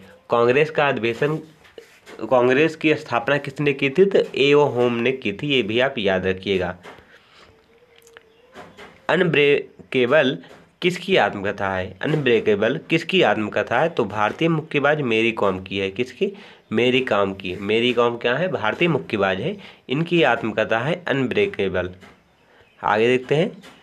40 अगला क्वेश्चन हमारा है, सेल्सियस और फ़ारेनहाइट किस तापमान पर बराबर होते हैं? सेल्सियस और फ़ारेनहाइट किस तापमान पर बराबर होते हैं? तो राइट आंसर है -40 डिग्री सेल्सियस पर। कितने? -40 डिग्री सेल्सियस पर जो है सेल्सियस और फ़ारेनहाइट के ताप बराबर होते हैं। अगला क्वेश्चन हमारा है, लेटेलाइट मिट्टी में किसकी अधिकता होती है? लेटेलाइट मिट्टी में किसकी अधिकता होती है? तो इसका राइट आंसर है एल्यूमिनियम, आयरन और चूना की। आप सभी को जो ऑप्शन में मिलेगा आप उसे टिक करेंगे। लेटेलाइट मिट्टी में एल्यूमिनियम की भी अधिकता पाई जाती है, आयरन की भी पाई जाती है और चूने की भी अधिकता पाई जाती है। अगला हमारा क्वेश्चन है, जून 2022 में महाराष्ट्र के उप मुख्यमंत्री कौन थे? यहाँ पर ऊपर नहीं होगा दोस्तों, उप होगा। क्या होगा? उप होगा। जून 2022 में महाराष्ट्र के उप मुख्यमंत्री कौन थे? तो इसका राइट आंसर क्या है? देवेंद्र। कौन थे? देवेंद्र जी थे जो 2022 में महाराष्ट्र के उप मुख्यमंत्री बने थे। 1983 वर्ल्ड कप के भारतीय कप्तान कौन थे? 1983 वर्ल्ड कप के भारतीय कप्तान कौन थे? तो राइट आंसर क्या है? कपिल देव। भारत ने पहला वर्ल्ड कप कब जीता था? तो 1983 में ही जीता था। किसे हराया था? वेस्ट इंडीज को हराया था, जो लगातार 2 बार विश्व कप जीतती जा रही थी। भारत ने उसे हराकर पहला वर्ल्ड कप अपने नाम 1983 ईस्वी में किया था, जिसके कप्तान कपिल देव जी थे। ये भी आप याद रखिएगा। मुसलमानों का गमों का त्यौहार किसे कहते हैं? मुसलमानों के गमों का त्यौहार किसे कहते हैं? तो इसका राइट आंसर क्या है? मुहर्रम। मुहर्रम जो है दोस्तों, ये मुसलमानों का गमों का त्यौहार कहा जाता है। मुहर्रम मुसलमानों का एक प्रमुख त्यौहार है। इसे एक शहादत का त्यौहार भी कहते हैं, ये भी आप याद रखिएगा। आगे देखते हैं, गीता चंद्र किस शास्त्रीय नृत्य से संबंधित हैं? गीता चंद्र किस शास्त्रीय नृत्य से संबंधित है? तो राइट आंसर इसका क्या है? भारतनाट्यम। भारतनाट्यम शास्त्रीय नृत्य से संबंधित गीता चंद्र जी हैं। भारतनाट्यम किस राज्य का शास्त्रीय नृत्य है? तमिलनाडु का है, ये भी आप याद रखें। आगे देखते हैं, ओलंपिक में स्विमिंग पूल की लंबाई कितनी होती है? ओलंपिक में स्विमिंग पूल की लंबाई कितनी होती है? तो इसका राइट आंसर क्या है? 50 मीटर। ओलंपिक में स्विमिंग पूल की लंबाई 50 मीटर होती है, ये भी आप याद रखें। बंगाल विभाजन के समय वहाँ का वायसराय कौन था? बंगाल विभाजन के समय वहाँ का वायसराय कौन था? तो लॉर्ड कर्जन था। कौन था? लॉर्ड कर्जन था। बंगाल विभाजन कब हुआ था? तो 1905 ईस्वी में हुआ था, ये भी आप याद रखें। आगे देखते हैं, लोकसभा सदस्यों की योग्यता किस अनुच्छेद में वर्णित है? लोकसभा के अध्यक्षों की योग्यता किस अनुच्छेद में वर्णित है? तो अनुच्छेद 84 में। किसमें? अनुच्छेद 84 में लोकसभा के सदस्यों का वर्णन किया गया है। अगर बात करें कि राज्यसभा का वर्णन किस में है, तो दोस्तों अगर राज्यसभा की बात करें तो अगर दोस्तों एक ट्रिक आप याद करें, सरला। क्या? यहाँ से आप सभी को क्लियर हो जाएगा। सरला, सरला से दोस्तों क्या है, 79 में संसद का वर्णन किया गया है, 80 में राज्यसभा का वर्णन किया गया है और 81 में लोकसभा का वर्णन किया गया है। यहाँ से आप इसे याद कर सकते हैं। सरला से 79 में संसद का वर्णन, 80 में राज्यसभा का वर्णन और 81 में लोकसभा का वर्णन किया गया है, ये भी आप याद रखिएगा। आगे देखते हैं, देवदास उपन्यास के लेखक कौन है? देवदास उपन्यास के लेखक कौन है? तो शरद चंद्र चट्टोपाध्याय जी जो हैं देवदास उपन्यास के लेखक हैं। आगे देखते हैं, रघुवर दास किस राज्य के राज्यपाल हैं? रघुवर दास किस राज्य के राज्यपाल हैं? तो उड़ीसा राज्य के। दोस्तों अक्सर हर शिफ्ट में पूछा जा रहा है, जो नए गवर्नर और नए सीएम नियुक्त हुए हैं उन्हें आप जरूर याद कर जाइएगा, क्योंकि हर शिफ्ट में अक्सर पूछा ही जा रहा है। अगर आप सभी ने वो वीडियो नहीं देखा तो हमारे चैनल पर जाना, वहाँ पर आप सबको मिल जाएगा। चलिए आगे देखते हैं, जेमिनी का उल्लेख निम्न में से किस में किया गया है? जेमिनी का उल्लेख निम्न में से किस में किया गया है? तो पुराण में किया गया है। कहाँ पर? पुराणों में जेमिनी का उल्लेख किया गया है। धग्गे खान का संबंध किस संगीत घराने से है? धग्गे खान का संबंध किस संगीत घराने से है? तो राइट आंसर क्या है? आगरा घराने से। किससे है? आगरा घराने से धग्गे खान का संबंध है। आगे देखते हैं, सिनकोना वृक्ष कहाँ पाए जाते हैं? सिनकोना वृक्ष जो है कहाँ पर पाए जाते हैं? तो उष्णकटिबंधीय सदाबहार वन में पाए जाते हैं। चलिए आगे देखते हैं, तो उसमें है भवनाथ मेले का आयोजन भारत के किस राज्य में होता है? तो राइट आंसर कहाँ है? गुजरात। गुजरात में होता है। कहाँ पर? भवनाथ मेले का आयोजन कहाँ पर होता है? गुजरात में। अगर यह पूछा जाए गुजरात के कहाँ पर होता है, जूनागढ़ जिले में दोस्तों गुजरात के होता है। ये भी क्वेश्चन आपसे से पूछा जा सकता है। मोपला विद्रोह भारत के किस राज्य में हुआ था? मोपला विद्रोह भारत के किस राज्य में हुआ था? तो केरल में हुआ था। कहाँ पर? केरल में। किसने किया था? तो मोपला किसानों ने किया था। कब किया था? 20 अगस्त 1921 ईस्वी में मोपला किसानों ने केरल राज्य में मोपला विद्रोह किया था। चलिए आगे देखते हैं, भारत का पारंपरिक खेल कौन सा है? तो पारंपरिक खेल में दोस्तों गिल्ली डंडा आता है, कबड्डी आता है, शतरंज आता है, खो खो आता है, गदा आता है, कुश्ती आता है, तीरंदाजी आता है। इतने खेल पारंपरिक खेल में आते हैं। अब आप सभी के ऑप्शन में जो रहेगा आप उसे टिक कर सकते हैं। चलिए आगे देखते हैं, हम साक्षरता की न्यूनतम उम्र क्या होती है? साक्षरता की न्यूनतम उम्र क्या होती है, ये पूछा गया है आपसे भी। तो 7 वर्ष होती है। कितनी? 7 वर्ष होती है। अनीता शर्मा को किस नृत्य के लिए संगीत नाटक अकेडमी पुरस्कार प्रदान किया गया? अनीता को किस नृत्य के लिए संगीत नाटक अकेडमी पुरस्कार प्रदान किया गया? तो राइट आंसर है सत्रिया नृत्य के लिए। सत्रिया किस राज्य का शास्त्रीय नृत्य है? असम का है। टोटल शास्त्रीय नृत्यों की संख्या कितनी है? 8 है, जिसमें से तमिलनाडु का कौन सा शास्त्रीय नृत्य है? तो भारतनाट्यम है। केरल का कौन सा है? कथकली। मोहिनीअट्टम 2 है। बृहद कथा कोश के लेखक कौन है? हार्ड क्वेश्चन आया था आप सभी के एग्जाम में ये। बृहद कथा कोश के लेखक कौन है? तो लेखक हरिसेन जी हैं। कौन है? हरिसेन जी हैं। सोनल मानसिंह का संबंध किस शास्त्रीय नृत्य से है? सोनल मानसिंह का संबंध किस शास्त्रीय नृत्य से है? तो भारतनाट्यम ओडिशा दो शास्त्रीय नृत्य है। अब आप सभी के ऑप्शन में जो रहेगा आप उसे ही टिक करेंगे। भारतनाट्यम और ओडिसी दोनों 200 शास्त्रीय नृत्य से सोनल मानसिंह का संबंध है। आप सभी के ऑप्शन में क्या आया था आप सब लोग जानते ही होंगे। भारतनाट्यम किस राज्य का शास्त्रीय नृत्य है? तो तमिलनाडु का है। ओडिसी किस राज्य का शास्त्रीय नृत्य है? तो दोस्तों कहाँ का है? ये उड़ीसा का है। आगे देखते हैं, महानंदा नदी का उद्गम स्थल क्या है? महानंदा नदी का उद्गम स्थल क्या है? तो पश्चिम बंगाल में दार्जिलिंग जिले के 6 किलोमीटर उत्तर में हिमालय पर्वतमाला में चिमले से के पास से निकलती है। कहाँ से? चिमले के पास से निकलती है। चलिए आगे देखते हैं हम। जालो मुख्य रूप से किससे संबंधित हैं? जो जालो हैं मुख्य रूप से किससे संबंधित हैं? तो पृथुकर्मी से। किससे? पृथुकर्मी से संबंधित है। पृथुकर्मी क्या है? यह एक प्राचीन भारतीय समुदाय है। पृथुकर्मी क्या है? यह एक प्राचीन भारतीय समुदाय है। वन जीव संरक्षण अधिनियम भारत कब आया था? तो कब आया था दोस्तों? 9 सितंबर 1972 ईस्वी को भारत आया था। स्वच्छ भारत मिशन किस स्वतंत्रता सेनानी के जन्मदिन पर शुरू हुआ था? मोस्ट इंपॉर्टेंट क्वेश्चन है। स्वच्छ भारत मिशन किस स्वतंत्रता सेनानी के जन्मदिन पर शुरू हुआ था? तो राइट आंसर क्या है? महात्मा गांधी। महात्मा गांधी जी के जन्मदिन पर शुरू हुआ था। कब शुरू हुआ था? तो 2 अक्टूबर 2014 को शुरू हुआ था। चलिए आगे देखते हैं, विश्व में चाय का सबसे बड़ा उत्पादक देश कौन सा है? तो राइट आंसर है चीन। कौन है? चीन है।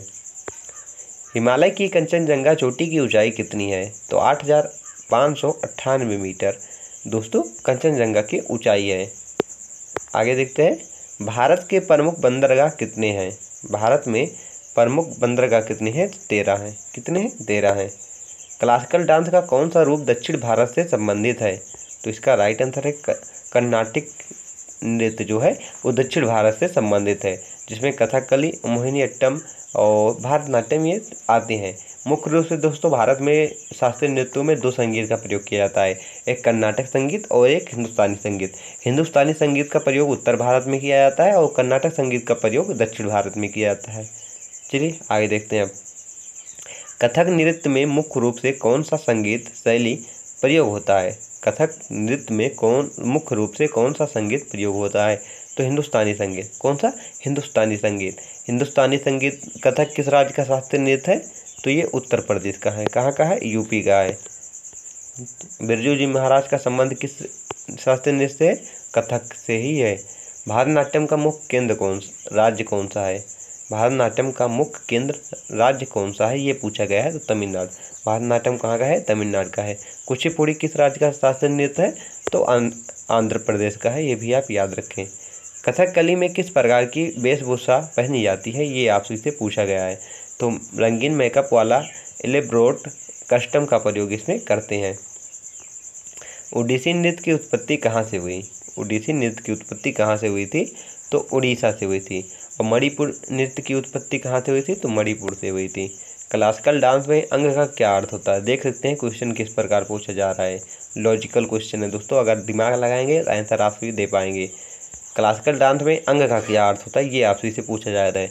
अंग का अर्थ होता है शरीर का अंग या हिस्सा जो नृत्य की मुद्रा में उपयोग होता है, इसे ही दोस्तों अंग कहते हैं। प्रसिद्ध हिंदी उपन्यास तमस किसने लिखा था? प्रसिद्ध हिंदी उपन्यास तमस किसने लिखा था? तो राइट आंसर क्या है?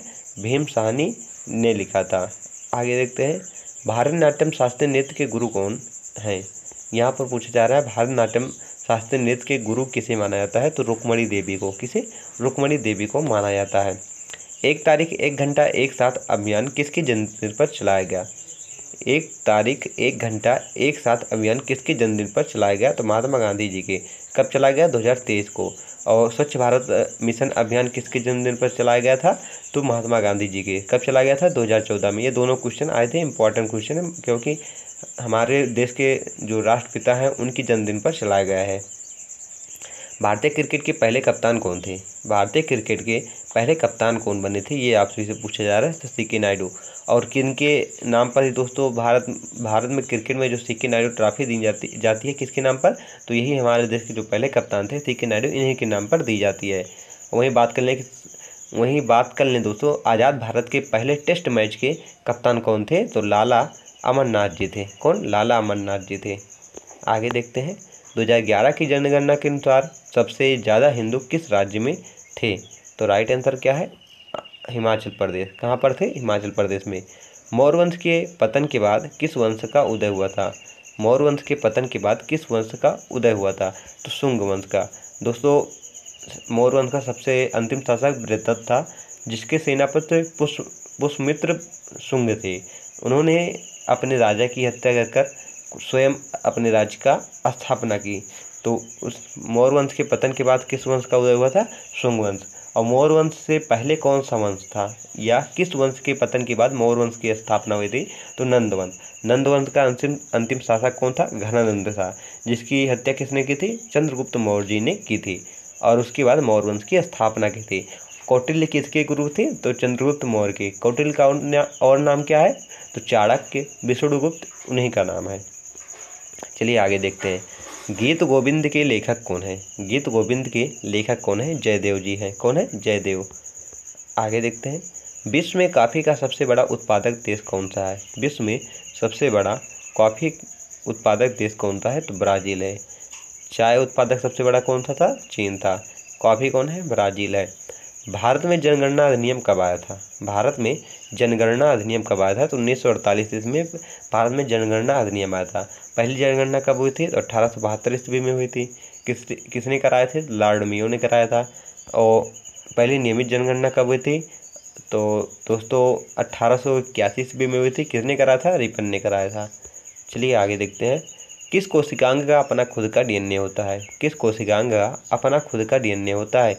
तो सूत्रकणिका और प्लास्टिक का अपना खुद का डीएनए होता है। अनुसूचित जनजाति का उल्लेख किस अनुच्छेद में है? अनुसूचित जनजाति का उल्लेख किस अनुच्छेद में है?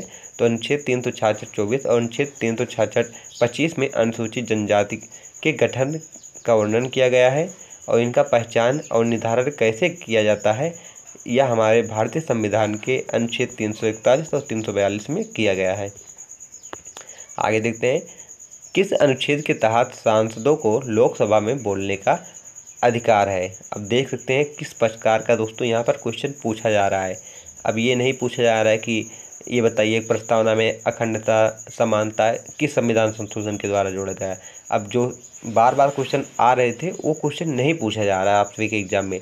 अब कुछ हटकर क्वेश्चन पूछा जा रहा है जो आप सभी ध्यान नहीं देते हैं। अब देख सकते हैं यहाँ पर पूछा गया सांसदों को लोकसभा में बोलने का अधिकार किस अनुच्छेद के तहत मिलता है।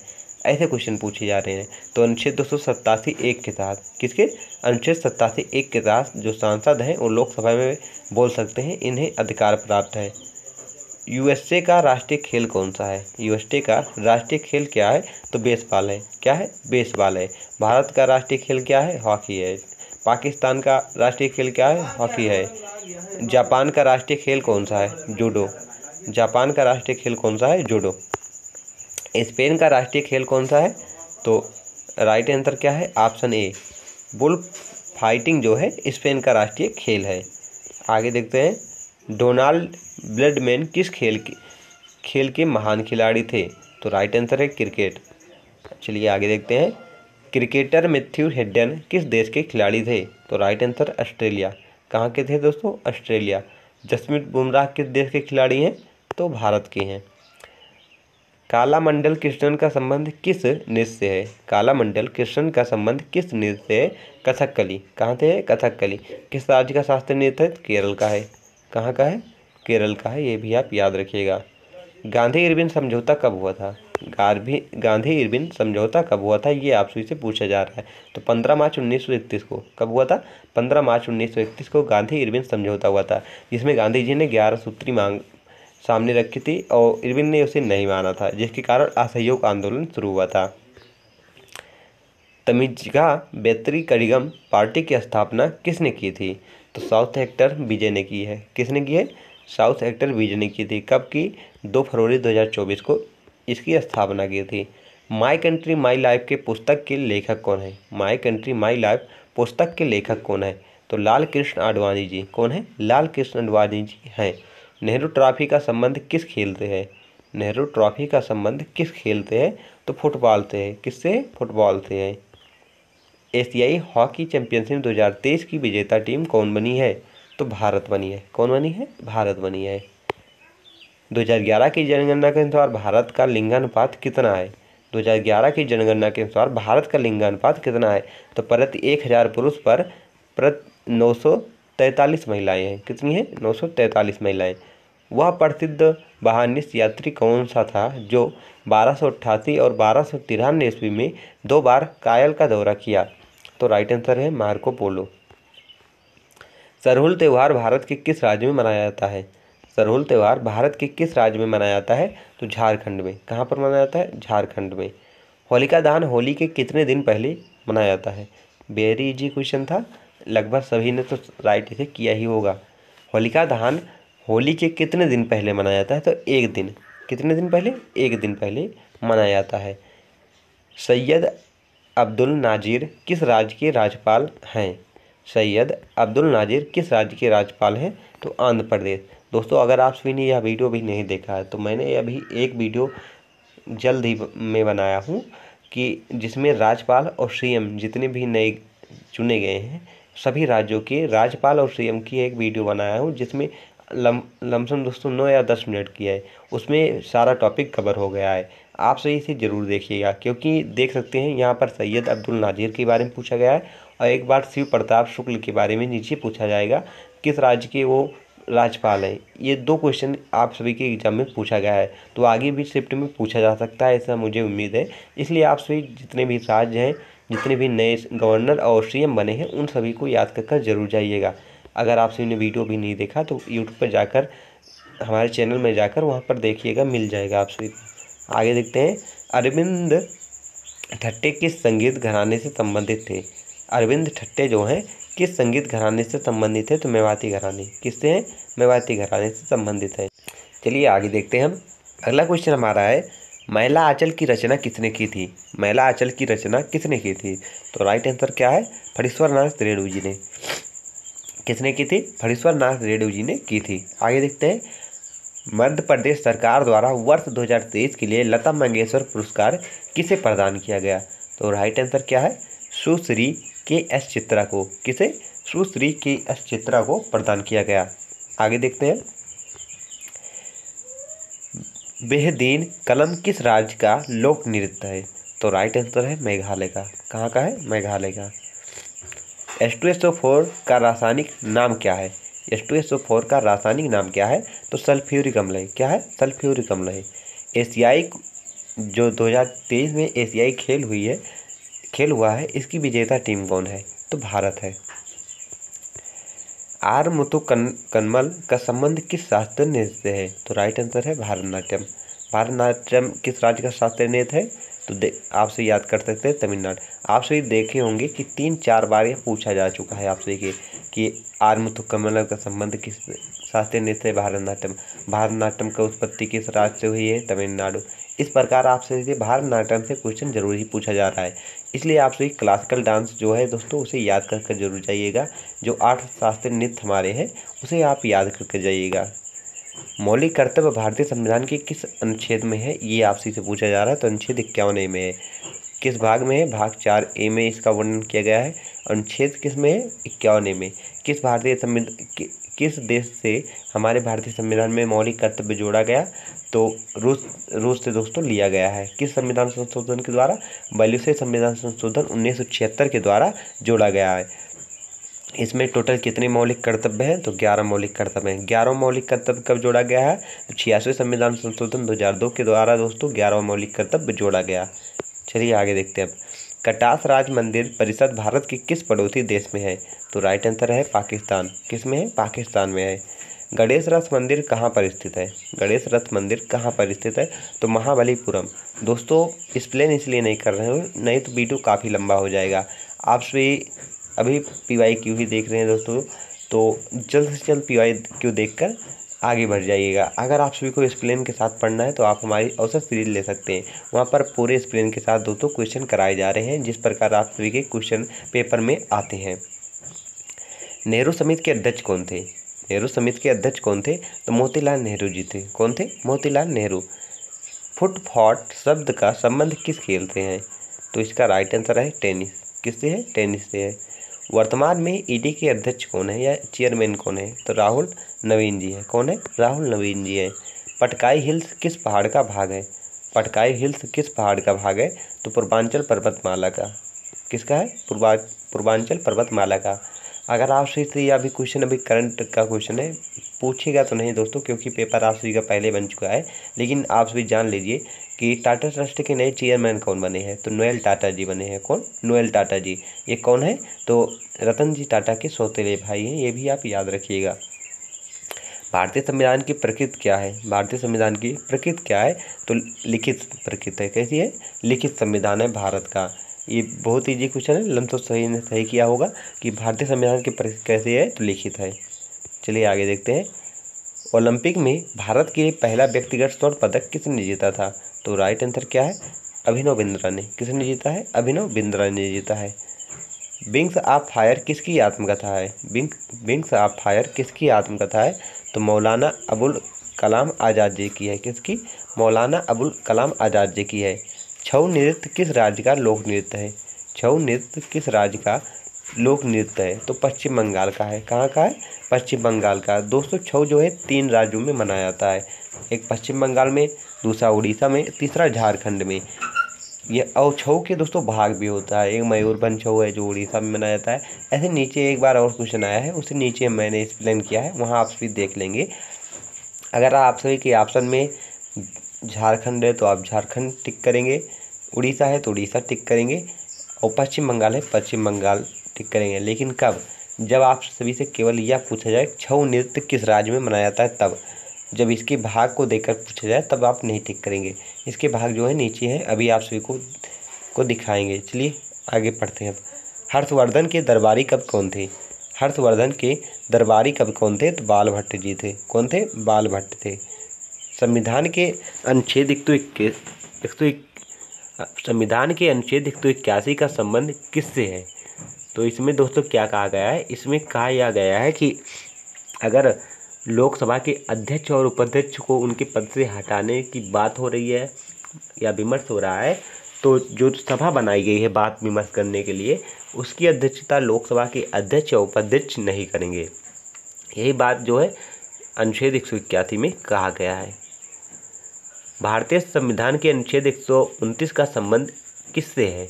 तो दोस्तों इसका संबंध जो है, इसमें यह बताया गया है कि सर्वोच्च न्यायालय एक अभिलेख न्यायालय होगा। क्या?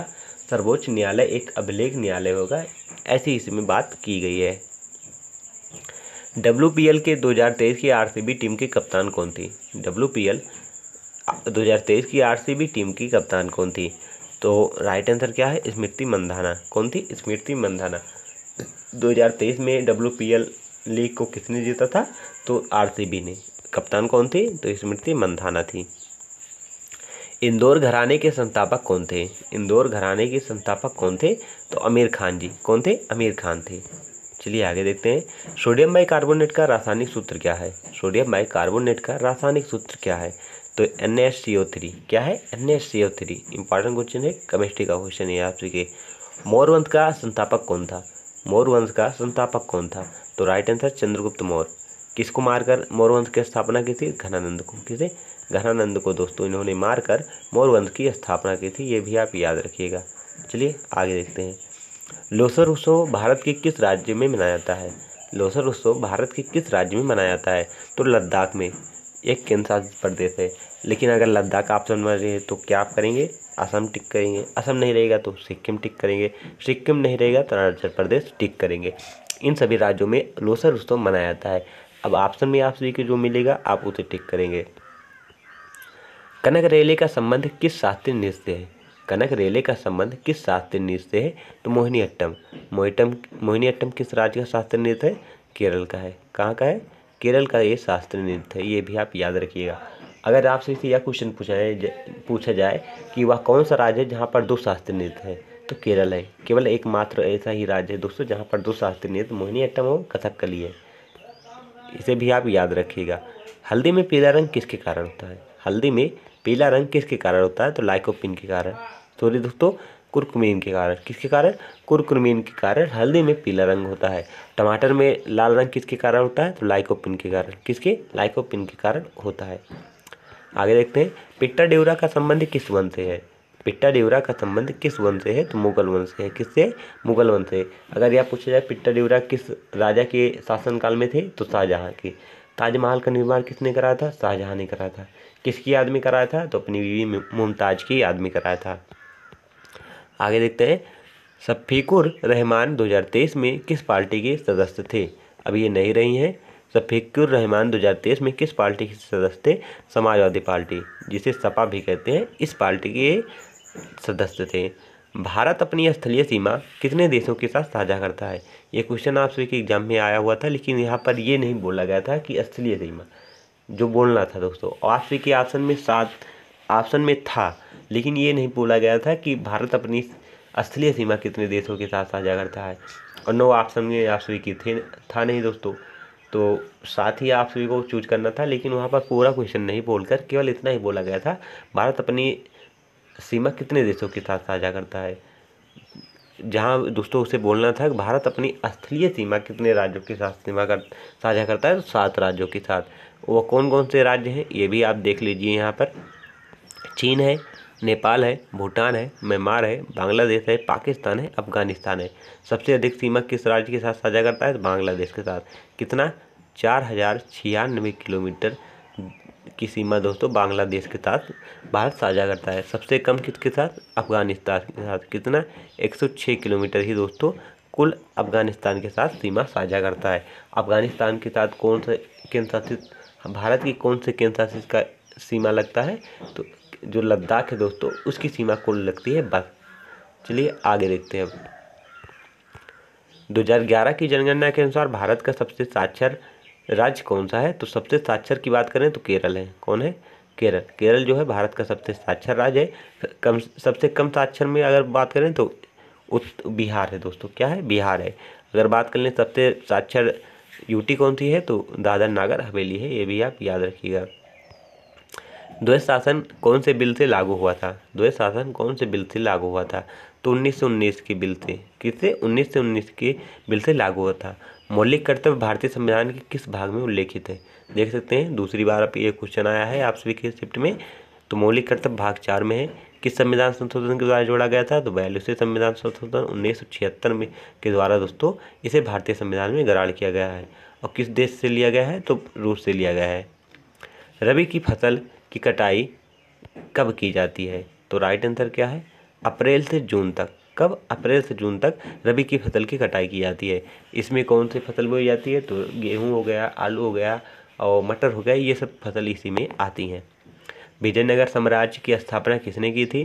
तो हरिहर और बुक्का ने। किसने की थी? हरिहर और बुक्का ने। अगर यह पूछा जाएगा कि विजयनगर साम्राज्य का संबंध किस वंश से है? तो संगम वंश से है। ये भी आप याद रखिएगा। संजना बथम का संबंध किस खेल से है? संजना बथम का संबंध किस खेल से है? तो तीरंदाजी से। किससे है? तीरंदाजी से। पंजाब विधान परिषद को कब भंग किया गया था? तो इसका राइट आंसर है 1969 ईस्वी में। कब? 1969 ईस्वी में किया गया था। सौरभ गांगुली ने किस मैदान में अपनी टी शर्ट उतार कर लहराई थी? इंपॉर्टेंट क्वेश्चन है। सौरभ गांगुली ने किस मैदान में अपनी टी शर्ट उतार कर लहराई थी? तो लंदन स्थित लॉर्ड्स मैदान के बालकोनी में इन्होंने लहराया था। चलिए आगे देखते हैं। हॉर्नबिल महोत्सव भारत के किस राज्य में मनाया जाता है? हॉर्नबिल महोत्सव भारत के किस राज्य में मनाया जाता है? तो राइट आंसर है नागालैंड। कहाँ पर मनाया जाता है? नागालैंड में। इनमें से कौन सी पुस्तक अरविंद अडिगा के द्वारा लिखी गई? इनमें से कौन सी पुस्तक अरविंद अडिगा के द्वारा लिखी गई? तो दोस्तों इन्होंने तो कई पुस्तक लिखी है, लेकिन मुझे इम्पॉर्टेंट जो कुछ बुक लगी वो मैंने यहाँ पर लिया है। इन्होंने सिलेक्शन डे भी लिखा है और द काइट रनर भी लिखा है। आप सभी के ऑप्शन में सिलेक्शन डे था दोस्तों। सिलेक्शन डे आप सभी का राइट आंसर था, लेकिन मैंने द काइट रनर भी लिखा है क्योंकि ये भी इंपॉर्टेंट क्वेश्चन है। कई बार आप सभी के एग्जाम में पूछी जा चुकी है कि द काइट रनर के लेखक कौन है? तो अरविंद अडिगा जी हैं। आगे देखते हैं। एपीजे अब्दुल कलाम 2023 अवार्ड किसे मिला है? तो 2023 में दोस्तों जो है 2023 में APJ अब्दुल कलाम अवार्ड जो है 3 लोगों को मिला है। मदीला पी मथी साईं जी को, यश सोरिया को और यू दारा नीराज को मिला है। APJ Abdul Kalam 2023 life time achievement award किसे प्रदान किया गया? टीके रंगराजन को। किसे? टीके रंगराजन को प्राप्त किया गया है। ब्राह्मणी लिपि को सबसे पहले किसने पढ़ा? ब्राह्मणी लिपि को सबसे पहले किसने पढ़ा है? तो राइट आंसर क्या है? जेम्स प्रिंसम ने। कब पढ़ा? 1837 ईस्वी में। कब पढ़ा था? 1837 ईस्वी में जेम्स प्रिंसम ने पढ़ा था। घोड़े मोदनी किस राज्य का नृत्य है? घोड़े मोदनी किस राज्य का नृत्य है? तो राइट आंसर है गोवा। कहाँ का है? गोवा का है। साजन मिश्रा और राजन मिश्रा किस घराने से संबंधित हैं? साजन मिश्रा और राजन मिश्रा किस घराने से संबंधित हैं? बनारस घराने से। किससे? बनारस घराने से। PM स्वनिधि योजना किस मंत्रालय के अंतर्गत आता है? PM स्वनिधि योजना किस मंत्रालय के अंतर्गत आता है? तो आवास और शहरी मंत्रालय के अंतर्गत आता है। आगे देखते हैं, व्यस्त मताधिकार की उम्र सीमा क्या है? तो राइट आंसर क्या है? 18 वर्ष। क्या है? 18 वर्ष है। दोस्तों इसकी उम्र 18 वर्ष कब की गई है? तो 61वें संविधान संशोधन 1989 के द्वारा, पहले 21 वर्ष थी लेकिन 61वें संविधान संशोधन 1989 के द्वारा इसकी उम्र सीमा 18 वर्ष कर दी गई। चलिए आगे देखते हैं। बाबर किस सूफी संत का समर्थक था? तो राइट आंसर क्या है? ख्वाजा आरहार का। किसका? ख्वाजा आरहार का समर्थक था। बाबर ने, अगर पूछा जाए कि मुगल वंश की नींव किसने रखी, तो बाबर ने। किसे हराकर? इब्राहिम लोदी को। चलिए आगे देखते हैं। लॉर्ड बॉवेल के बाद भारत का वायसराय कौन बना? लॉर्ड बॉवेल के बाद भारत का वायसराय कौन बना? तो लॉर्ड माउंटबेटन बना था। कौन? लॉर्ड माउंटबेटन बना था। छिपकली का खून कैसा होता है? छिपकली का खून कैसा होता है? तो ठंडा होता है। कैसा होता है? ठंडा होता है।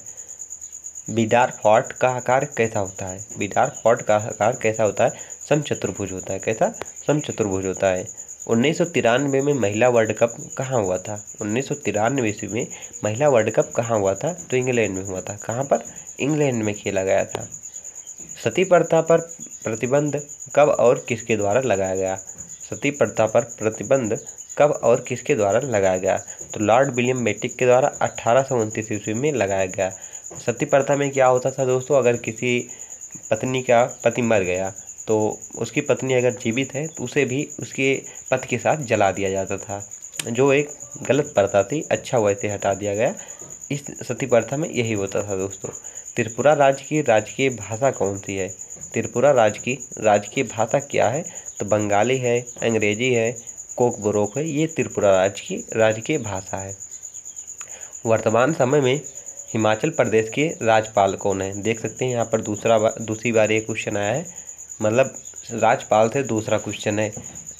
इसलिए आप सभी से बोल रहे हैं कि अगर आप सभी ने अभी वह वीडियो नहीं देखा तो आप उसे देखकर जरूर पढ़ कर जाइएगा, क्योंकि यहाँ से क्वेश्चन बन ही रहा है। अक्सर शिफ्ट में पूछा जा रहा है, एक शिफ्ट में ना पूछकर दूसरे शिफ्ट में पूछा जा रहा है। वर्तमान समय में हिमाचल प्रदेश के राज्यपाल कौन है? शिव प्रताप शुक्ला जी हैं। कौन? शिव प्रताप शुक्ला जी हैं। जनगणना किस मंत्रालय के अंतर्गत कार्य करता है? तो इसका राइट आंसर क्या है? गृह मंत्रालय के अंतर्गत। लौह एवं रक्त की नीति किस शासक द्वारा अपनाई गई? तो राइट आंसर क्या है? बलबन के द्वारा। किसके? बलबन के द्वारा अपनाई गई थी। इन्होंने अपने दामाद नसरुद्दीन को मारकर दोस्तों गद्दी प्राप्त की थी और इन्होंने लौह एवं रक्त की नीति अपनाई थी। क्यों अपनाई थी?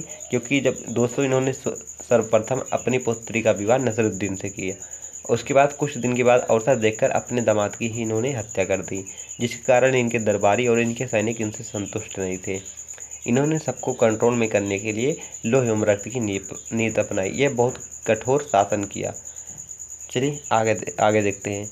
हेमिस उत्सव किस धर्म से संबंधित है? हेमिस उत्सव जो है किस धर्म से संबंधित है? बौद्ध धर्म से है। किससे? बौद्ध धर्म से है। गिद्धा किस राज्य से संबंधित है? गिद्धा किस राज्य से संबंधित है? तो राइट आंसर पंजाब। कहाँ से संबंधित है? पंजाब से संबंधित है। 2016 में प्रधानमंत्री नरेंद्र मोदी ने कौन से नोट बंद किए थे? इंपॉर्टेंट क्वेश्चन है। 2016 में प्रधानमंत्री नरेंद्र मोदी ने कौन से नोट बंद किए थे? तो 500 और 1000 के नोट इन्होंने बंद किए थे। पृथ्वी की सबसे नज़दीक सूर्य के बाद दूसरा सबसे नज़दीक तारा क्या है? कौन सा है? तो प्रोक्सिमा सेंचुरी जो है सूर्य के बाद पृथ्वी का सबसे नज़दीक दूसरा तारा है। तारे दोस्तों, तारे में क्या खास बातें होती है, तो इनमें खुद का प्रकाश होता है कि सूर्य में जो ऊर्जा का स्रोत क्या है, नाभिकीय संलयन है, ये भी आप याद रखिएगा। कोंकण रेलवे की स्थापना किस वर्ष हुई? कोंकण रेलवे की स्थापना किस वर्ष हुई? तो 1990। कब हुई थी? 1990 ईस्वी में हुई थी। एशियाई शेर किस जंगल में पाए जाते हैं? एशियाई शेर किस जंगल में पाए जाते हैं? तो गिर राष्ट्रीय उद्यान में। किसमें? गिर राष्ट्रीय उद्यान में पाए जाते हैं, जो गुजरात में स्थित है। ये आपसे इसे पूछा जाता है, गिर राष्ट्रीय उद्यान किस राज्य में स्थित है? ये भी क्वेश्चन आता है, तो गुजरात में आता है। वाद्य यंत्रों का नाम उसकी किन विशेषता के आधार पर रखा गया है? वाद्य यंत्रों का नाम उसकी किस विशेषता के आधार पर रखा गया है? ध्वनि की उत्पत्ति के आधार पर। किसके? ध्वनि की उत्पत्ति के आधार पर रखा गया है। टेस्ट मैच में न्यूनतम ओवर रेट क्या है? टेस्ट मैच में न्यूनतम ओवर रेट क्या है? तो 15 ओवर प्रति घंटा। कितना? 15 ओवर प्रति घंटा है। घरेलू क्रिकेट चैंपियनशिप रणजी ट्रॉफी किसके नाम पर रखा गया? तो इसका राइट आंसर क्या है? रणजीत सिंह बिभाजी जडेजा के नाम पर रणजी ट्रॉफी जो क्रिकेट में दी जाती है, इसका नाम रखा गया था। बृहदेश्वर मंदिर का निर्माण किसने कराया? बृहदेश्वर मंदिर का निर्माण किसने कराया था? तो राइट आंसर राजा प्रथम ने। किसने? राजा प्रथम ने कराया था। 2024 का ICC T20 वर्ल्ड कप कहाँ आयोजित हुआ था? तो राइट आंसर है संयुक्त राज्य अमेरिका और वेस्ट इंडीज में। कहाँ पर? संयुक्त राज्य अमेरिका और वेस्ट इंडीज में। और 2024 का दोस्तों जो T20 वर्ल्ड कप खेला गया, कौन सा संस्करण था? तो 9वां संस्करण था। कौन सा? 9वां संस्करण खेला गया था। और इसकी विजेता टीम कौन बनी है? भारत बनी है। चलिए आगे देखते हैं। असम राज्य का शास्त्रीय नृत्य कौन सा है? असम राज्य का शास्त्रीय नृत्य कौन सा है? सत्रिया है। कौन सा है? सत्रिया है। सार्क का पूरा नाम क्या है? सार्क का पूरा नाम क्या है? The South Asian Association for Regional Corporation. SAARC का पूरा नाम है the South Asian Association for Regional Corporation. SAARC का पूरा नाम है। सार्क की स्थापना कब हुई थी? तो 8 दिसंबर 1985 ईस्वी में बांग्लादेश की राजधानी ढाका में हुई थी। ये भी पूछा जा सकता है कि सार्क की स्थापना कब हुई थी? 8 दिसंबर 1985 ईस्वी में। कहाँ पर हुई थी? बांग्लादेश की राजधानी ढाका में हुई थी। बांग्लादेश का राजधानी अगर पूछा जाए तो ढाका है, और रुपया क्या है? टका है। ये भी आप याद रखिएगा। संविधान का 6वां संविधान संशोधन किससे संबंधित है? संविधान का जो 6वां संविधान है, संविधान संशोधन, ये किससे संबंधित है? तो भारत और बांग्लादेश के बीच जो भूमि समझौता हुआ था, इससे संबंधित है। स्वर्ण सिंह समिति ने कितने मौलिक कर्तव्य जोड़ने का सुझाव दिया था? स्वर्ण सिंह समिति ने कितने मौलिक कर्तव्य जोड़ने का सुझाव दिया था? तो राइट आंसर क्या है? 8। कितने? 8 जो दोस्तों मौलिक कर्तव्य जोड़ने का सुझाव दिया था। वर्तमान में मौलिक कर्तव्यों की संख्या कितनी है? तो 11 है।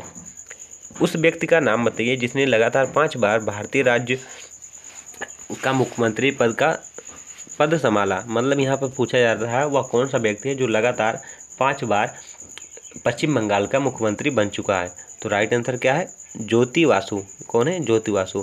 किस राज्य के थे ये? वेस्ट बंगाल के दोस्तों। ये 5 बार लगातार मुख्यमंत्री बन चुके हैं। वर्तमान में पश्चिम बंगाल की मुख्यमंत्री कौन है? ममता बनर्जी जी हैं। जागोई और कोलम किस शास्त्रीय नृत्य के 2 भाग हैं? तो राइट आंसर क्या है? मणिपुरी। मणिपुर किस राज्य का शास्त्रीय नृत्य है? तो मणिपुर का है। कहाँ का है? मणिपुरी कहाँ का है? मणिपुर का है। उड़ीसी कहाँ का है? उड़ीसा का। कथकली कहाँ का है? तो केरल का। आत्मनिर्भर भारत अभियान किस योजना की शुरुआत कब हुई? आत्मनिर्भर भारत अभियान योजना की शुरुआत कब हुई थी? तो 13 मई 2020 को। कब हुई थी? 13 मई 2020 को। अगला क्वेश्चन हमारा है 2023 एशियाई कुश्ती चैंपियनशिप कहाँ हुई थी? तो कजाकिस्तान के आसवाना में। कहाँ? कजाकिस्तान के आसवाना में खेली गई थी। छऊ लोक नृत्य किस राज्य में प्रचलित है? छऊ लोक नृत्य किस राज्य में प्रचलित है? तो वेस्ट बंगाल। कहाँ पर? पश्चिम बंगाल में। अब यहाँ पर देख सकते हैं छऊ के भाग कौन कौन से हैं। अगर आपसे इसे केवल छऊ पूछ जाए, छऊ लोक नृत्य कहाँ मनाया जाता है, तो ऑप्शन में आप सभी के अगर झारखंड है झारखंड टिक करेंगे, उड़ीसा है उड़ीसा टिक करेंगे, या फिर पश्चिम बंगाल है पश्चिम बंगाल टिक करेंगे। लेकिन अगर आप सभी से यह पूछा जाए कि पुरुलिया छऊ कहाँ किस राज्य में मनाया जाता है। तो पुरुलिया किस राज्य में मनाया जाता है पुरुलिया छऊ, तो वेस्ट बंगाल ही आप सभी का ऑप्शन आंसर होगा। अगर मयूरभंज पूछा जाए तो उड़ीसा ही आप सभी का आंसर होगा। सरायकेला छऊ पूछा जाए तो झारखंड आप सभी का आंसर होगा। अगर यह देकर पूछा जाए कि मयूरभंज किस राज्य में मनाया जाता है तो आप सभी का उड़ीसा ही आंसर होगा। चाहे आप सभी के ऑप्शन में पश्चिम बंगाल है, झारखंड है, उसे नहीं टिक करेंगे। उड़ीसा है तो उड़ीसा ही आप सभी टिक करेंगे। अगर इसका टुकड़ा देकर पूछा जा रहा है तो, और केवल छऊ पूछा जाए तो आप तीनों राज्यों में से जो आप सभी तीनों राज्यों में आप सभी को जो ऑप्शन में मिलेगा उसे ही आप टिक कर देंगे। स्वेज नहर किस देश में स्थित है। स्वेज नहर किस देश में स्थित है, तो इसका राइट स्वेज नहर किस देश में स्थित है, तो तुर्की में है। कहाँ पर है, तुर्की में है। स्वेज नहर किन दो समुद्रों को जोड़ती है, तो राइट आंसर क्या है, भूमध्य सागर और लाल सागर को स्वेज नहर आपस में जोड़ती है। यूरोप का युद्ध क्षेत्र देश कौन सा कहा जाता है। यूरोप का युद्ध क्षेत्र देश कौन सा कहा जाता है, तो बेल्जियम। किसे कहा जाता है, बेल्जियम को कहा जाता है। भारत में कुल महाद्वीपों की संख्या कितनी है। भारत में कुल महाद्वीपों की संख्या कितनी है, 7। सबसे बड़ा महाद्वीप एशिया महाद्वीप, सबसे छोटा ऑस्ट्रेलिया महाद्वीप, ये भी आप याद रखिएगा। भारत कहाँ पर स्थित है, तो एशिया महाद्वीप के दक्षिण में स्थित है, ये भी आप याद रखें क्योंकि पूछा जा सकता है। विश्व में कुल कितने महासागर हैं। विश्व में कुल कितने महासागर हैं, तो 5 महासागर हैं। सबसे बड़ा महासागर प्रशांत महासागर, सबसे छोटा अटलांटिक महासागर, सबसे छोटा है। सबसे गहरी गर्त कौन सी है, मेरियाना गर्त। किस महासागर में है, प्रशांत महासागर में। इसकी गहराई कितनी है, 11,033 मीटर इसकी गहराई है। कौन सी नदी इंग्लैंड के लंदन शहर से होकर बहती है। कौन सी नदी इंग्लैंड के लंदन शहर से होकर बहती है, तो टेम्स नदी। कौन सी है, टेम्स नदी है। आगे देखते हैं, विश्व की सबसे ऊंची मीनार कौन सी है। विश्व की सबसे ऊंची मीनार कौन सी है, तो टोक्यो स्काईट्री जो जापान में स्थित है, विश्व की सबसे ऊंची मीनार है। विश्व में बिना मरुस्थल वाला एकमात्र महाद्वीप कौन सा है। विश्व में बिना मरुस्थल वाला एकमात्र महाद्वीप कौन सा है, तो यूरोप महाद्वीप है। कौन सा है, यूरोप महाद्वीप है। स्पेन की राजधानी कौन सी है। स्पेन की राजधानी कौन सी है, तो मैड्रिड है। क्या है, मैड्रिड है। सर्वाधिक झीलों वाला देश कौन सा है। सर्वाधिक झीलों वाला देश कौन सा है, कनाडा है। क्या है, कनाडा है। किस देश में सबसे अधिक समय क्षेत्र है, तो राइट आंसर है फेंग। फेंग जो है इसमें सबसे अधिक दोस्तों जो है क्या है, समय क्षेत्र। पेपर में पहला क्वेश्चन देखते हैं, दर्शन झावेरी को पद्मश्री पुरस्कार कब मिला था। दर्शन झावेरी को पद्मश्री पुरस्कार कब मिला था, तो राइट आंसर क्या है, 2002 में। कब मिला था, 2002 में मिला था। दर्शन झावेरी बहन जो है दोस्तों किस शास्त्रीय नृत्य से संबंधित है, तो मणिपुर शास्त्रीय नृत्य। किससे, मणिपुर शास्त्रीय नृत्य से संबंधित हैं। और मणिपुर किस राज्य का शास्त्रीय नृत्य है, तो मणिपुर का है। और टोटल शास्त्रीय नृत्यों की संख्या कितनी है, 8 है, ये भी आप याद रखिएगा। छठ पूजा कितने दिन मनाई जाती है। छठ पूजा कितने दिन मनाई जाती है, तो राइट आंसर क्या है, 4 दिनों तक। कितने दिनों तक मनाई जाती है, 4 दिनों तक। किस राज्य में मनाई जाती है, तो बिहार में। कहाँ पर, बिहार में छठ पूजा मनाई जाती है। कितने दिनों तक, 4 दिनों तक। अगर पूछा जाए कि बिहार जो छठ पूजा है इसमें किस देवता की पूजा की जाती है, तो सूर्य। किस देवता की पूजा की जाती है, तो सूर्य देवता की इसमें पूजा की जाती है, ये भी आप याद रखिएगा। चलिए आगे देखते हैं। संविधान के अनुच्छेद 125 का संबंध किससे है। संविधान के अनुच्छेद 125 का संबंध किससे है, तो इसमें बताया गया है कि जो न्यायाधीश है उनके वेतन भत्ते और अन्य लाभों का वर्णन संविधान के अनुच्छेद 125 में किया गया है। चलिए आगे देखते हैं। महिला T20 वर्ल्ड कप पहला कहाँ खेला गया था, ये आपसे के एग्जाम में क्वेश्चन आया था। महिला T20 वर्ल्ड कप का पहला मैच कहाँ पर खेला गया था, तो राइट आंसर क्या हुआ, इंग्लैंड में खेला गया था। कहाँ खेला गया था, इंग्लैंड में खेला गया था। अब पूछा जाए कब खेला गया था, तब आपका आंसर होगा 2009 में। कब, 2009 में महिला T20 वर्ल्ड कप का पहला मैच इंग्लैंड में 2009 में खेला गया था। चलिए आगे देखते हैं। अब ए सूटेबल बॉय पुस्तक के लेखक कौन है। ए सूटेबल बॉय पुस्तक के लेखक कौन है, तो राइट आंसर क्या है, विक्रम सेठ। कौन है, विक्रम सेठ जी ए सूटेबल बॉय पुस्तक के लेखक हैं? इम्पॉर्टेंट क्वेश्चन है, कई बार आप सभी के एग्जाम में पुस्तक पूछी भी जा चुकी है। महात्मा गांधी काशी विद्यापीठ की स्थापना किस वर्ष हुई थी? महात्मा गांधी काशी विद्यापीठ की स्थापना किस वर्ष हुई थी? तो 1921 में। कब हुई थी? 1921 ईस्वी में हुई थी। आगे देखते हैं, विलियम हॉकिंस किसके शासनकाल में भारत आया था? विलियम हॉकिंस किसके शासनकाल में भारत आया था? तो राइट आंसर क्या है? मुगल शासक जहांगीर के शासनकाल में। कब? किसके शासनकाल में? मुगल शासक जहांगीर के शासनकाल में विलियम हॉकिंस जो है भारत आया था। यह एक अंग्रेज था, ये भी आप याद रखिएगा।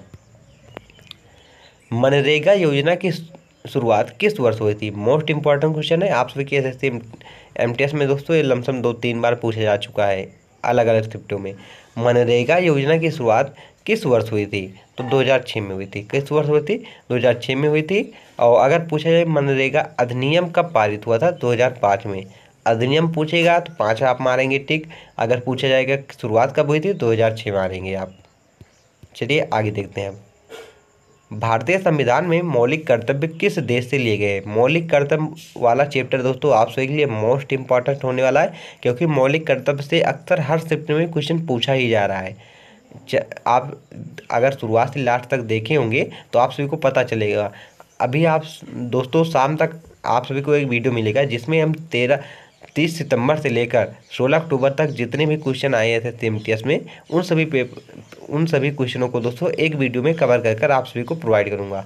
आप सभी वो वीडियो जरूर देखिएगा क्योंकि आप सभी के लिए वीडियो मोस्ट इंपॉर्टेंट है, क्योंकि दोस्तों बार बार क्वेश्चन रिपीट हो रहा है। आपसे एक एग्जाम देने से पहले अगर वीडियो देख कर जाएंगे तो आप सभी को काफ़ी बेनिफिट उससे मिलने वाला है। तो भारतीय संविधान में मौलिक कर्तव्य किस देश से लिए गए हैं? तो रूस से लिए गए हैं। कहाँ से? रूस से लिए गए हैं। और अगर बात कर ले कि भारतीय संविधान में कब इसे जोड़ा गया, तो 42वें संविधान संशोधन 1976 के द्वारा इसे जोड़ा गया। किस भाग में इसका उल्लेख है? तो भाग 4A में इसका उल्लेख है। किसमें? भाग 4A में इसका उल्लेख है। अगर बात कर ले अनुच्छेद, किस अनुच्छेद में इसका वर्णन है? तो 51A में इसका वर्णन है। ये भी आप याद रखिएगा। मयूरभंज छऊ किस राज्य में मनाया जाता है? मयूरभंज छऊ किस राज्य में मनाया जाता है? तो इसका राइट आंसर क्या है? उड़ीसा राज्य में मयूरभंज छऊ मनाया जाता है। अगर केवल आप सभी से यह पूछा जाए छऊ किस राज्य में मनाया जाता है, छऊ नृत्य जो है किस राज्य में मनाया जाता है, तो आप सभी के ऑप्शन में चाहे पश्चिम बंगाल होगा, चाहे झारखंड होगा, चाहे उड़ीसा होगा, आप टिक करेंगे किसी एक को। लेकिन स्पेशल जैसे मयूरभंज छऊ किस राज्य में मनाया जाता है, तब आपका राइट आंसर उड़ीसा ही होगा। चाहे पश्चिम बंगाल दिया हो या झारखंड दिया हो, उसे आप टिक नहीं करेंगे, तब उड़ीसा ही टिक करेंगे। तो फ्रेंड्स, आप सभी को वीडियो कैसा लगा कमेंट बॉक्स में जरूर बताइए।